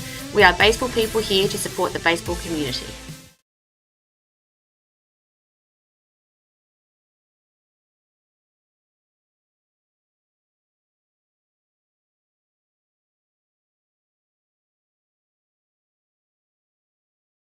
Hilltop Office Supplies, home of the world's earliest Christmas catalog.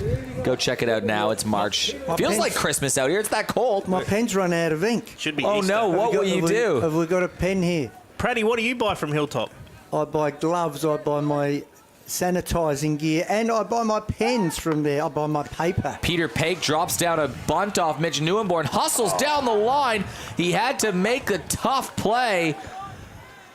That's a big play. Not too many pitchers are going to make that play, and it's a strong arm of Mitch Neuenborn He that was gets that ball with ease. But this is the difference, Rev. You need to understand that Mitch is actually an athlete and most Yeah. other pitchers are not.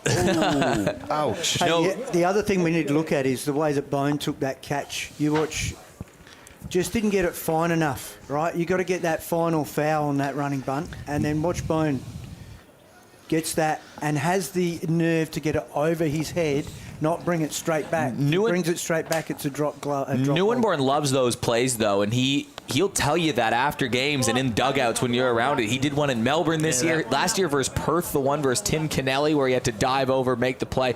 Mitch Neuenborn loves to make those plays to show off what he can do, and that's why he'll play second base tomorrow, won't he? But that's why you got to go final foul. Yeah. You got to get that on the dirt. He put that on the grass. That's 2 more steps. Peter Pake's safe. Yeah. That's that difference. And the problem down here at West Beach, though, Scott, is that ball gets on the dirt. It's more than likely probably going to run foul. Yeah, that's right. Because that's the way this field runs. Yep. Mitch Neuenborn pitching a gem so far into the 6th inning. He's got 7 strikeouts, just the, 2 hits so far? Yep. And I just can't believe I've been burnt by Michael Dunn there. Oh, get used to it. mate. When you sit in this booth. Have you listened in? Have you listened in throughout the year, mate? Have you ever listened to the abuse that Scott Pratt has had to endure from that man sitting down there? The amount of people that say, why doesn't Michael like you? Over to third, and it's a long play across, making Hambley do the splits. Jacob Scott with a big throw, and Tyrone Hambley coming up big this inning over at first. You talk about the innings, the batter before on that play on Pakey. Tyrone's made an even better play right there. Unbelievable. I didn't know that he could get down that low, the big man. He won't be able to walk tomorrow, but he did make another good play. Jacob, he made a good play too. Get the ball out of his hand, glove quickly. Yep, good play. Yeah, what I liked about Jacob was he was calm with that. It's almost like he's looked and known that Keikie's not going to be burning up the line. I can settle and see where this ball goes rather than coming full pelt at it and get a good throwaway. The teenager, Jack Bushell, has one of those 2 hits versus Mitch Neuenborn, who is now even picking up that time between pitches, picking up, throwing it, and locating it. He's having a big game. Neuenborn likely will be in strong contention as Bushell plays this off to the right side. Hambley was going to look at a nice play, but there's every chance that we see Mitch Neuenborn play for Team Australia in the World Baseball Classic in exactly 1 year from now. When Team Australia is playing against some of the best in the world. That's the caliber of pitcher that Mitch Neuenborn is and has the potential to be. Yeah, if he has another good ABL season, he's almost a lock. If he has another good ABL season, he's a lock, yeah. How old is Mitch? 24. Yeah. Ask Bruce McAvaney. He knows everything. He's a big-time player. He had a great season last year with the Adelaide Giants, that sub-2 ERA, and that was against very talented hitters. That Perth Heat team can hit, and he kept them at bay a couple of times. And his changeup was one of the critical things on his outings. Bushell reaches down again, doesn't have eyes, it just goes foul. How's the at-bat from 16-year-old Jack Bushell here? He's just doing a great job. We talked about him at the beginning of the broadcast, and like we said, if you had any concerns about how he would be in the lineup or just wanted to get the pulse of the stress level that maybe Goodwood would have of putting a 16-year-old in the game, well, he's playing shortstop in the middle of the infield versus a good hitting team, and he's batting 2 in the lineup. So I think any questions you have, you just need to look at the lineup and say, yeah, okay, they're feeling good about him.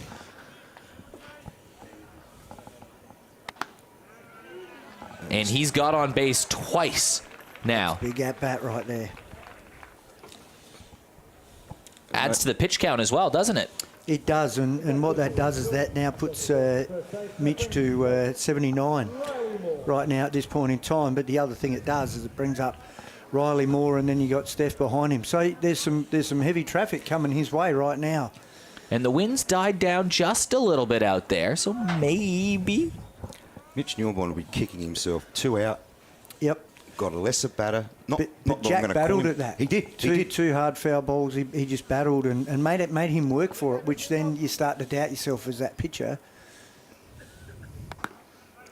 Bushell took a healthy lead over at first base, but Riley Moore takes that pitch. Goodwood trying to generate something. Just anything right now. Well, we saw Riley at West Torrens. Grounded over towards the right side of the diamond. McGarry off the hop, and Goodwood are retired. And it's now turned into an efficient outing for Mitch Neuenborn. He's through just over 90 pitches. He's on pace. He's going to be flirting with going the distance here. Yeah, he is. And what I liked about McGarry then is he filled that hole very well. Like played that well. That ball, if he's playing that traditional, that ball's getting through because of that second hop, as we talked about. So to play that right there, gets the out and keeps West Torrens in a very strong position. On the other hand, this is probably a big inning for Tom Fitzgerald and Goodwood. They're trailing 2-0 in the middle of the sixth. This game's still very much reachable. They'll try to get Neuenborn out of the game and do their work on the bullpen.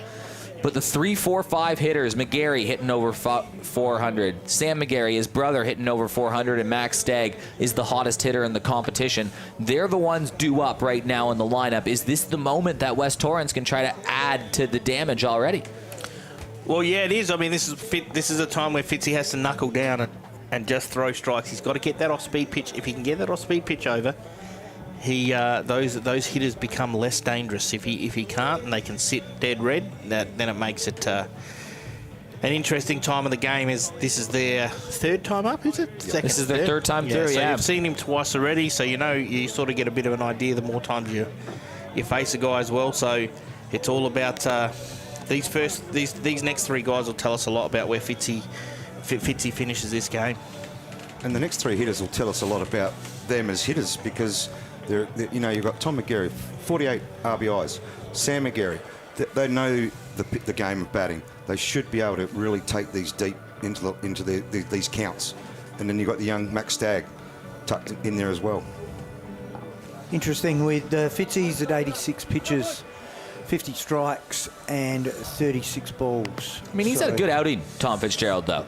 At this point in time, Rev, you're sitting at this point in the game. You're at 86. How are you feeling physically? It's like you got a good sweat up. You're in a good groove. At this moment, you can go the 125 because your arm's warm. If you're doing the right thing in between innings, you get your jacket on because you know it's cold down here. Get your warm-up pitches before the inning starts, mate. You're going to be good to go all the way through to 125, and I think that's what Ben will do. But I think, as Michael pointed out, the importance of getting ahead of the count. That's it. And making sure you don't throw the same pitch all the time, because hitters are putting this in the memory bank. Okay, whereas if he throws a breaking ball, you're not going to swing at that breaking ball at that point. He's just slipped behind here again, 2-0. Your RBI leader, Tom McGarry. He's got at least 2 hits in 6 of West Torrens' last 9 games. They've won 9 in a row, so when one of your top hitters is getting multiple hits in 6 of those games, that's going to pay off. Just heard through the microphone that Tom's actually still smacking that glove pretty well. Good pace. He's worked his way back to even up the count. I'd say he's about 25 pitches behind Mitch, though. Well, in front, yeah, I know what you're saying. Yeah. And that's going to be his downfall, unfortunately. That's right. And as I said, as a pitcher out here at West Beach, you've got to be able to say, no, I can attack this because I know I'm not going to give up the home runs. That's right. All the extra base hits over the fence.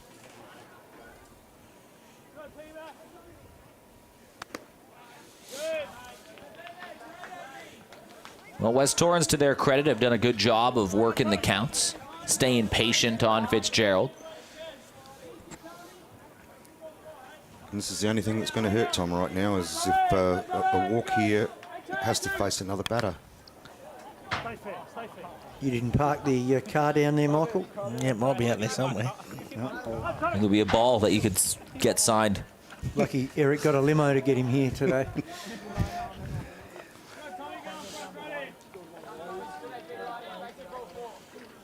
I can give you a lift home, Dunny. Don't worry. We're neighbors. We are neighbours. The chauffeur arrives what time, Eric? It's a chariot. It's not even a limo. Well, a leadoff walk. So Tom McGarry is aboard, and now some dangerous hitters come up to bat.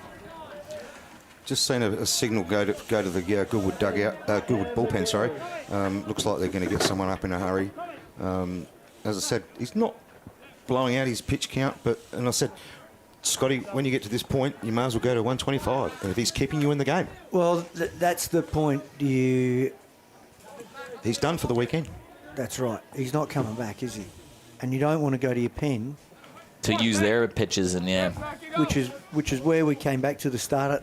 The chat at the start is there's plenty of baseball left. Yeah. But thinking this also, there's plenty of baseball tonight, but it's a big weekend. Sam McGarry, a little nubber over towards first. It could be a difficult one. He couldn't make the tag. It was in that awkward spot, and Dylan Child was in no man's land. Couldn't make the tag, couldn't make the flip over to first, and it's 2 runners on. That's just one of those balls that's just going to get hit, and unfortunately, you're just not going to get an out from it. There's nothing you can do. No. The good thing is the heads up base running right here. Oh. Hustle up the line and then get away from the tag. That's just keen to get away from it. I think Fitzy's got to field that. Yeah. And your first baseman's got to stay back. Yep. Here comes Ben Wigmore out to take a visit here. And timely to do this right now at this point in time. None out. Runners at first and second, 2-0 down. But Michael, you're right that Tom has to field that ball. That's the only way you're going to get the out if Tom fields it. Got to attack it, and if you're attacking it that much, and if you've got enough speed, you're going to beat Sam McGarry up the line and touch the base yourself, or a quick little flip over to Dylan Childs. Yeah. Well, is this another Max Stagg moment? Up to bat, he's 0 for 2 in the game, but in this last 6, he's 14 of 26 with 5 homers, 16 RBIs. Struck out in his last at-bat, but the kid that just turned 18 on Wednesday, that is all over Team Australia's radar, all over a few radars of a few minor league, major league teams, all over the radars of a few colleges, all over the place. Certainly square in the middle of the Adelaide Giants radar right now. Just like to hear from both Michael and Scotty on how you approach this time at bat. You've got a 2-0 lead. Fitzy's struggling. He's got runners at first and second, none out. How do you approach this time at bat? Oh, you look for one pitch in one spot. I'm hoping they're not going to bunt here. I'm hoping they just let him swing away. But yeah, I mean, he's hot, so you just look for one pitch in one spot and know what you're doing. Fitzgerald, big moment, looking for that ground ball or a strikeout versus Stagg. Stagg showing bunt, puts it in play. Pressure on the defense. Fitzgerald gathers, and he gives away the throw. It's going to cost him a run. Pressure on the defense. Michael Dunn said they hope they didn't bunt, but it equals a run for West Torrens, and it's 3-0. Well, what do I know, eh? And that was a tough position where that ball ended up just right next to that tarp. From here, I could still see the ball. But clearly what's the rule gone. there, Rev? If that ball, you can't get out, and that's what your right fielder's done there for Goodwood. He's just said, no, I can't get that ball. So it's now up to the umpire. And it wasn't the best of bunts, let's face that. No. Right. West Torrens benefiting here from a well-placed nub from Sam McGarry down the first base line, and then that throw. They've also scored off of a hit by pitch in the first inning. A couple little mistakes that West Torrens, or Goodwood rather, have made in this game, and to West Torrens' credit, they have made them pay, and they now hold a 3-0 lead. There's still no outs, and now it's 2 runners in scoring position, and a 3-run lead for Mitch Neuenborn on the mound is way more than enough right now. Oh, well and truly, that's a comfort zone now for West Torrens, that's for sure. Tyrone Hambley up to bat. He's 11 for 21 in his last 5 games. I guarantee you that Tyrone gets his pitch. He's swinging. He's swinging hard. It'll be interesting to see the adjustments here that Fitzy makes, as you've alluded back to. That breaking ball, what are you going to challenge Tyrone with? You've got him out twice on a ground ball to shortstop. Tyrone Hambley, opposite field. This one is going back. It's going to get held up in the wind. Caught by Pake. Runner will tag, and that's all they needed to do. Tyrone Hambley has driven in a 4th run, and West Torrens expand their lead. That's outstanding hitting by Tyrone. Knows that he's got to do the job to move guys over and score runs and execute. Get them on, move them over, score them. And put that ball to the right side. As I said, he's done 2 ground ball rollovers. And to stay on that and take that ball to right field to get that run, that's outstanding hitting. His job, he knew, was to get that ball in the outfield. Let's score that run. That makes it 3. There's only 1 out. And hopefully Mitch Newborn has the same attitude here. Put something in the outfield. Score another run. Max Stagg very quick. Mitch Newborn, he's 1 for 2 on the day, and he's pitching very well on the bump. Big moment for him to try to bust this one open. Game still slammable right now. Fouls it away. No one's slamming tonight. That wind's just too tough. West Torrens have scored their runs. They scored one in the first inning. The first batter got on by it when he was hit by a pitch and used that speed to get around the base pass. Nick George scores 1-0 in the 5th. Leadoff single to Nico Vanderlinden. He later scored when Jasper Clark doubled him in. And then this inning, the walk, the infield hit to that awkward spot down the first base line, the throwing error, and now that sacrifice fly has pushed West Torrens up 4-0. But it's a lead-off walk, right? Yeah. Kills you. You're Kills at 80, you. 86 pitches. It's really important to get that first out. In these 6 innings of baseball so far, West Torrens have got the leadoff runner 3 of those 6 innings, and they've scored the leadoff runner each of those times. Rule of thumb. And the further this innings go, it's just Tom's just letting it slip at the moment. Yep. Just letting it slip.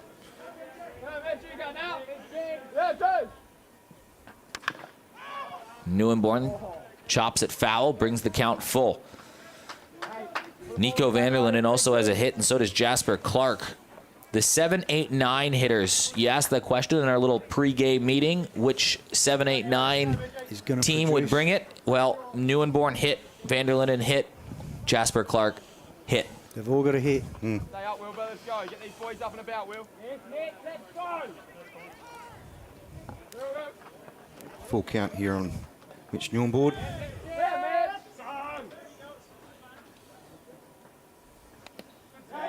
Slips away, and it's going to cost him another run.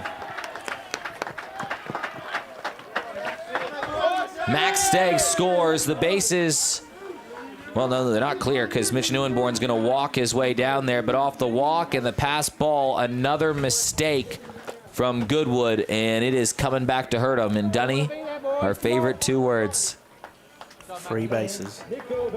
Free bases. I'm not sure. We got to get a shirt made. On top of that, though, I'm going to talk to you, Scotty, on this one. That's just what, and you're ex-catcher. That's just sloppy catching. Well, I don't know where it went through. I'm trying Went to through have his a look. legs. Went through his legs. Yeah, but like how? Like it didn't hit the ground, did it? Ball hit towards third, and Stephen Welsh bobbles a play. You know things aren't going right for Goodwood when that man doesn't reel one in. It was a tough play, but Always going to be a tough play, that one. That one's very tough. he's the man that makes tough plays look easy. But this was very tough. And that's going to go down as a hit. He almost brought it in. Yeah.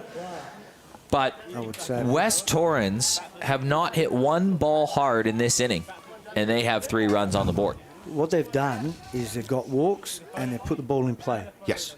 Right, and that's you're putting pressure back on. Again, yeah, the free bases, but you're not getting out. You're making contact. You're making the other team make the plays. Now Jasper Clark comes up to bat. Goodwood have been kind of prone to that big inning as of late. Even last year in the grand final, remember game 1, Sturt won 13-1. It was a mercy rule called. It was, what, that 5th, 6th inning? Remember they put up like 10, 11 runs? Yep. And here's another big hit from Jasper Clark. He already has a double that scored 1 run today. This one's rattled up on the wall. Clark has 2. He's going to stay at second. No, he's going to try to push for 3 and again. Jasper Clark has his triple this time around. And he's also cashed in 2 runs. And it's a 7-0 lead for the Eagles. Unfortunately there, Matt Hutchins picked that ball up at centre field, which has then enabled Jasper Clark to take that extra base. Well, I think Jasper was like, He was like, I'm not running this time. I'm happy with that. I've cleared the bases. I'm just going to sit here and then, let's watch him, see if we can see that. That's a good hit by Jasper Clark. What a game that Jasper Clark is having now, isn't he? He's got a couple extra base hits. He's got 3 RBIs. West Torrens have 7 runs, and they really didn't hit the ball that hard off Tom Fitzgerald, except for that man, Jasper Clark. And that's all you need to do at some point in time is you just keep pressing, and then someone comes bang. And the critical point this innings was he's put 2 on and the bunt. And Michael and I looked at each other and we both said that Tom has dropped his hand, and that's why it's elevated. Yeah, that's and right. that's why he's thrown it wild. He didn't throw it, he guided it. He tried to guide it, and it rolled out the top of his hand.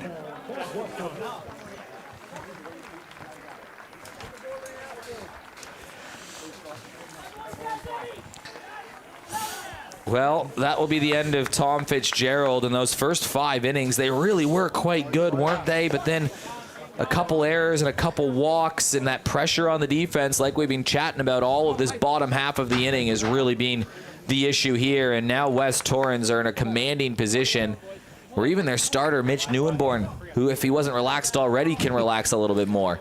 But crucially, they have to go to their bullpen earlier than they wanted, and they still have 3 1/3 innings to get through, and Matty Watkins is all of a sudden in mop-up mode. Yeah, and not long ago, we were talking about a pitching duel. That's right. And here we are now looking at a 7-0 ball game. But you're at 86 pitches, you're feeling comfortable, Yeah. You're not at a stage. But again, it comes down to he walks the lead off, right? Spot on. And then you start pressing. You got to get that leading guy. You got to look at putting the pressure back on. And full credit to Tom McGarry, who, he's picked up 2 walks and a sacrifice fly. He had a very good patient at bat. He wasn't going to try and press to make things happen. He's been a good team leader for West Torrens tonight. Well, you think about that the whole way through that. You got walk, the cheap hit, which probably if Fitzy probably should have fielded. Yep. Bunt, throw the ball to right field. It was a continuation of just mistakes, right? It was not West Torrens doing, getting back to back hits. It was all about the mistakes. The other thing was 3 bases. Bone, who's grounded out twice, kept his shoulder in and hits a fly ball to right field. Yeah. Right? And we talked him being an experienced hitter and the importance of experienced hitters. That was a very experienced... That could have ended up being... He could have rolled over, got an out. But for him to come up after those 2 at-bats to make that adjustment to hit that fly ball, just keeps the scoreboard ticking over, scores a run. Just keeps the guys one at a time. moving. You just That's take one right. at a time. That's fine. That's all you need. And knowing Bones, he would have been dark on those first 2 times. Oh, up the bat. 100%. Here he's got an opportunity. Hey, my job right now is to score a run. And he's gone out and done it. Nick George, he's 0 for 2. Struck out twice. He's also scored when he was hit by a pitch, that first batter of the game. So Matty Watkins, what's his job now from this point? Keep it away from 10 runs. Yes, that's it. Keep Goodwood in the game to go to West Torrens' pen. Am I right? Yep. Because as the semi-final said to us, that you get to West Torrens' pen, you don't know what could happen. That's right.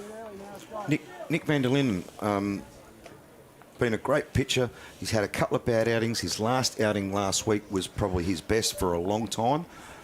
You just don't know where he's at. Well, if it remains a 7-run lead in the next couple innings as Watkins delivers the pitch to George, does Tyrone Hambley even consider, hey, you know what? Not even going to use Nathan van der Linden today. We're going to keep him for a more high-leverage moment, maybe in Game 2 or in Game 3, because this run lead for West Torrens has really provided them a lot of luxury, hasn't it? Well, when you look at West Torrens, they've got Bradley Marsh, Cooper Marsh, Jacob Scott, James Snellgrove, Jonathan Rex, So do you use one of them? Ryan Broom. So you could use 3 or 4 of them. Do you if save wanted your to. best for the bigger moment? I think you have to. But history says to us that Goodwood's lineup can come back at you. That's right. Well, we don't have to look long back in history, too. We can look back 2 weeks ago as Watkins delivers the pitch. It was a series. On the right. George to the right side. It should score Clark. It's a deep enough, and it's going to make it an 8-0 lead, an RBI to Nick George. Well, just 2 weeks ago, it was the 8th inning, and it was a 7th inning, and it was a 10-2 lead for West Torrens over Goodwood. Goodwood came back. They actually had the lead momentarily in that game. Max Stagg ends up hitting the walk-off home run in game 1. But then the very next day, Goodwood themselves had a huge lead, and all of a sudden they came back and won it. Goodwood last weekend, it was a 1-1 game in the 8th inning. They scored 6 runs, made it a 7-1 game, and that's how they beat Sturt. Or Sturt, did that versus Goodwood. So we've seen big innings scored by teams. Goodwood last weekend, they scored, 10 runs in 1 inning versus Sturt? So this is a team in a series that you've seen runs being scored in bunches, but it's always been off the bullpen. Yeah, exactly. And that's where Bone would be thinking about that. And So that's where I'm thinking as a coach. Yep. You win it while you can. that's right. Go at him. So Yep, if I you're going agree. to get if Newlanborn's done and Van der Linden was your first choice, get him out there and win game 1. Yep. Don't even give him an opportunity to come back. You need 2 to win, That's right. right? You need 2 wins. Yes. But you got to Get win one. the first one before Get you win one. the second one. Exactly. So I think Bone's game plan. Awkward play over to right field, charging on Peter Pake, making the play, diving back. How's the effort from Josh Cakebread in an 8-run game? He's made up amazing ground there. I think that should have been Dylan Childs all the way. He just didn't attack it hard enough. It's a foul ball. Yeah, I just think Tyrone's game plan stays the same. Doesn't change. You still got to win. Don't give the opportunity for Goodwood to get back in it, and just keep applying the pressure. It also gives him some more. I mean, now you know Mitch Neuenborn is throwing the full 125 if he wasn't already. As this slashed over to the right side of the diamond, Jacob Scott has a hit, and everybody is going to come up to bat this inning. Ruins the scorecard. I'll tell you what, Jacob Scott keeps impressing me. He really does. He's not going to be a home run hitter, but he'll just put bat on ball and he'll pick up his singles or doubles, and he's defensively, he's not bad at third base. On base 50% of the time so far. And a guy that has always been a very good player. Yeah. And it just goes about his business. He's hitting 2 in this lineup. So and he's hitting 280 for the season. And that's gone up in the last part of the year. Yeah, that's right. And again, he's a young kid too. Yes. Son of the famous Andrew Scott. Tom McGarry started this inning with a walk and later scored, and now he's up to bat now. It is a big inning. There are 2 outs on the board, though, for West Torrens, who scored 6 in this inning.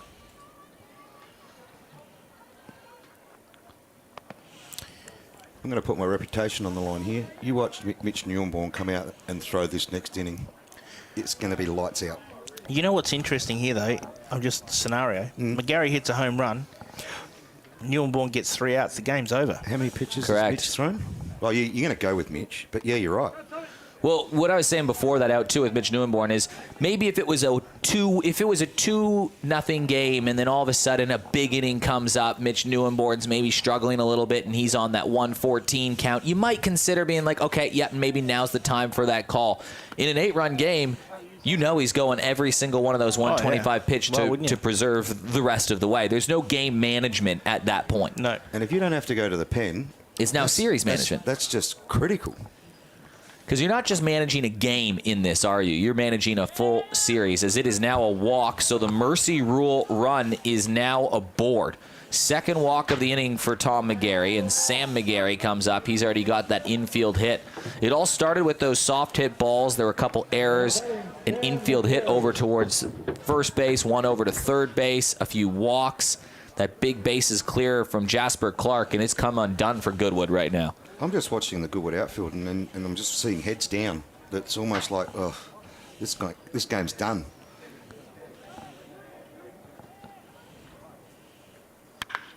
Sam McGarry towards center field. Moving back is Hutchings. Hutchings to the wall, and it goes off the wall. It's going to clear the bases. McGarry steps into second. No, it doesn't. No. It doesn't clear the bases. He's held up. No, score him. You've got to score him. That's the game over. Wow. That would have made it really hard for Goodwood to come back there. Now if Max Stake gets out, three outs. Yeah. 3 outs, game's over. Off the wall. Let's take a look at this play. Hopefully we can see where Tom is. You can see it'll come back here as he's rounding second. He slowed it right down. You watch. He was getting the wave around before. So he waited till Hutchie took that, and he just went slow around the bases. But you know what? Throw him out at the plate. Yeah, then it's still a 9-run lead. It's still 9-0. It's a pretty good gamble you've got here. Totally. And you still got to throw him out. It's not 100%. I agree. And Tom McGarry's got the experience. He should know. But It's an important run without being an important run. It is. well, Definitely. as Sam looked at him, he was like, "What the heck? Come on, mate." But he didn't go hard around second. It was where Hutchie was going to catch the ball that he was waiting to make sure he didn't catch the ball, and then he started getting going. You watch this. There was a possibility that Like Hutchie puts his glove at that last dab, which put the fear of doubt in Tom. Good camera work out from our man in center field. Stagg takes a pitch on the outside. Every player except Tyrone Hambley has reached or scored during the game today, but Tyrone Hambley had that crucial RBI in this inning to right field, to opposite field. That's not a knock on Tyrone Hambley. He's played a good game, especially defensively, but point of note that 8 different players have scored a run, and they've got on base. And Max Stagg, of course he was going to cash him in. He's going to cash in 2 runs. Max Stagg, why wouldn't he add a couple RBIs in a grand final? What a season this kid has had, and West Torrens are in mercy rule territory, and this game was close until it wasn't. It's 11-0, and now Tyrone Hambley comes to play. He was the first out of the inning, by the way. Oh, don't be the first and third out. Did I say that out loud? I think he might have. Yeah, he did. My bad. But Max Stagg adds a double there. And you can just see. Well, if I'm James Henty, I'm counting my lucky stars there. But you can just As see a third base coach. Yeah, Because I you know get what what the thing you're is? saying. Yep. Well, it's 3 extra innings that West Torrens have got to pitch. Yep. Tyrone Hambley up the middle. Josh Cakebread makes the play. It is a big inning, a huge inning, and West Torrens, off the backs of a 9-run 6th inning, are now 3 outs away from taking game number 1 of the Grand Final Series. We'll take a quick break and then be right back. Citadel IT is a managed IT services company, which means we provide support, backups, monitoring of your computer systems, and essentially just help small businesses keep their IT moving. Just visit our website, which is citadelit.com.au.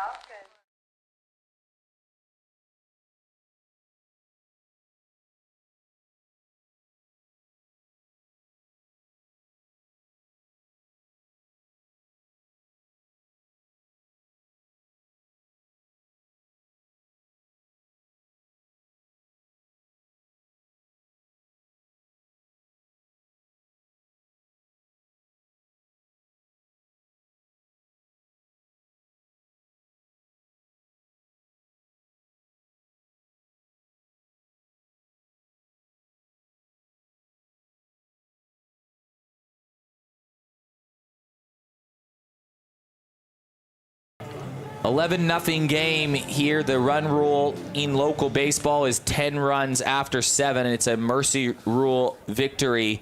So Goodwood need 2 runs to extend the game, and it's got to come off this man, Mitch Neuenborn. If they score 2 runs in this inning, that would be more runs than Mitch Neuenborn has allowed the entire season. So Mitch is at 82 pitches, 53 strikes, 29 balls.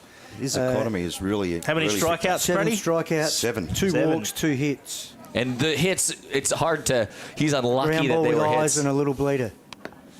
So an interesting thing here at looking at 7-8-9, we talk about 7-8-9. West Torrens are 4 for 8. Goodwood are 0 for 6. 0 for 5, sorry. 0 for 5. Stephen Welsh, 0 for 2 on the day with a couple strikeouts. Riley Moore probably won't get another turn to bat. That would end his streak of 23 games in a row where he at least reached base. Oh, wow. It has been I want to say it's been a tough night for Goodwood, but it was just that tough inning, wasn't it? One inning, and that and it leads off with a walk. And Stephen Welsh poked towards center field, having now to charge onto it and dive in to make the play. Nico Vanderlinden, 1 down, and it's a big one. Another 2 outs away from a Game 1 win without having to go to their bullpen at all. Yeah, I think that's the biggest thing of the whole lot is that they don't have to go to their pen at all, and everyone's fresh for the next 2 days. So it's really, you work down to having all your pen and all your starters for the next 2 days, which you wouldn't have counted on going into Game 1. Big couple days. Tomorrow it's a triple header live stream action. The Division 3 Grand Final at 10:30, 11:30. What time does that start? There's a couple of people on the stream as well, Eric, have asked whether those games are actually... They will be streamed, yes. They will be. So there's your answer, guys. First one's at 10:30. Second one's at 2 o'clock. There it is. A weird hop off of Nick George. It was a seemingly easy play, and now it's a base runner that I'm sure will end up extending this game. There's that bounce that you've got to come and get. You can't just you can't let it play you. So what do you say? So you can't sit back at West Beach then? No, you've got to get it up before it gets that second bounce if you can, because that's where it takes off. I mean, normal, you know, if the field's looked after every single day, then you get more water on it. It's a bit softer. It probably doesn't do that as often, but you know, with the bit of wind and sun that's been around, the ground's hardened up pretty quickly, and you do get that bad second hop. Matt Hutchings up to bat now. Just watching the replay there, Michael. Really. Just watching the replay that he's just sat back on that ball. Yeah, he's got to come and get it. Yeah. And that's not used to playing on dirt. That's the other thing too. So the grass, it just sits there. But what I'm seeing from Mitch Newborn is what I was saying, that, mate, we've got 11 runs up. He's going at him. That's right. Just go at him. And that's all you need to do. Yeah. You don't want to get the lead off on, which he got him out. Next guy makes a ground ball to shortstop, and you just keep coming back and throwing your strikes.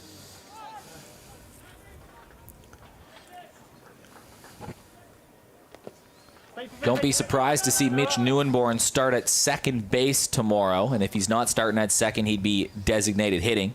A couple different formations that West Torrens could go with that we've seen this year. They could go Neuenborn at second and Hambly at first and McGarry as the DH. Or McGarry at first and Hambly as the DH. Although I think defensively, Tyrone Hambly showed the talent he has at first. One of the better defensive first basemen in the league. And now this looks like a gapper. It's going to find that gap.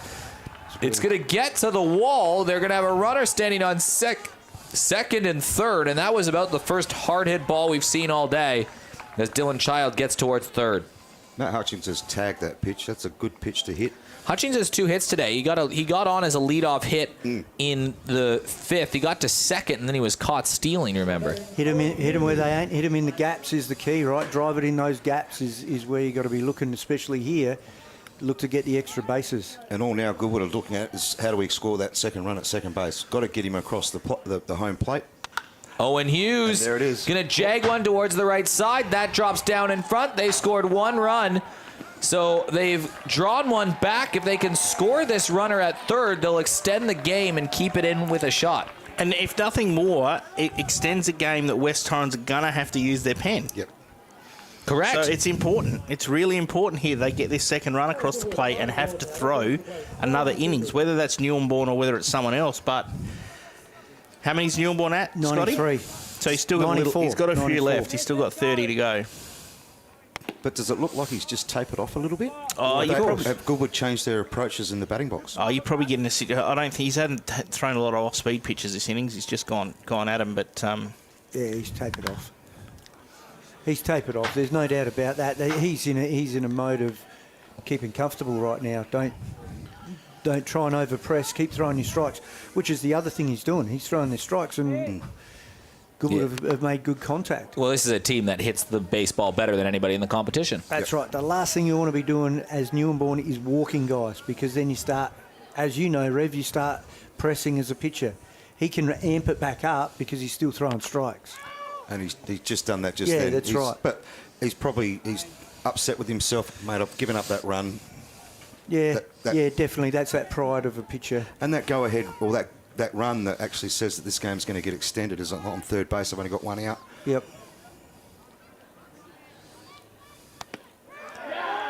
Struck out looking. Tom Fiebig goes down for the second time today. It's strikeout number 8 for Mitch Neuenborn. And now if they can get Peter Paik out, that will end the game. And that's a cheeky smile from Mitch Neuenborn on the mound. Dunny, right there in that situation, would you have expected a breaking ball, or because he's got It's a good pitch from Mitch.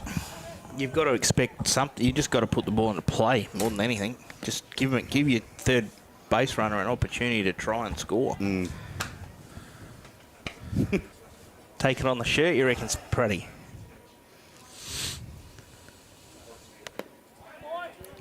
Just outside, so Neuenborn behind early to Peter Paik. Josh Cakebread due up if Paik can get on base, but a sac fly no longer scores the run that would extend the game. So West Torrens just one out any way they can get away. And it's grounded over towards second. McGarry to Hambly, and it's a Game 1 win for West Torrens. They score 9 in the 6th. 8 of their players score runs. Everybody contributes at some point in the game, whether it be offensively or defensively. And West Torrens are sitting pretty for the rest of the weekend. Yeah, that's a good start for West Torrens. You couldn't ask for anything better than that, having a 7 innings, 1 run shutout. Oh, sorry, not shutout. 1 run scored by Goodwood there. But to not have to use your pen at all is hugely important for West Torrens going into Games 2 and Games 3. That's a massive bonus. That just helps them out immensely. 102 pitches, 7 innings, 5 hits, 1 run, 2 walks, and 8 strikeouts. Well, it's 10 in a row now for West Torrens, and they've scored 102 runs in those 10 games. They're pretty hot. Is that a lot? Yeah, I think they're going okay at the moment, and they'll be full of confidence after that tonight. But I can't stress enough how important that not having to go to your pen at all for Game 1, which certainly wouldn't have been the plan of Tyrone Hambly. It certainly would have had a plan to have 2 or 3 guys roll out tonight and not have to roll any out. Just it boosts their stocks for tomorrow and Sunday. Who's your Game 2 starter for West Torrens? Will Cordicus versus probably Michael Gain, I would guess, would be the starter. That would be the Game 2 starters. So it's 2 guys that have some experience in the ABL as well that will go toe-to-toe. But that is where we'll leave you. West Torrens 11-1 winners. 6 p.m. is Game 2 tomorrow, and the Eagles look to get back on top of the SA baseball world. On behalf of Scott Pratt, Ian Revel, Michael Dunn, and producer Brandon and producer Mia and everybody at Spacequake Sports, thank you very much for joining me, Eric Ballnar. We'll see you tomorrow night.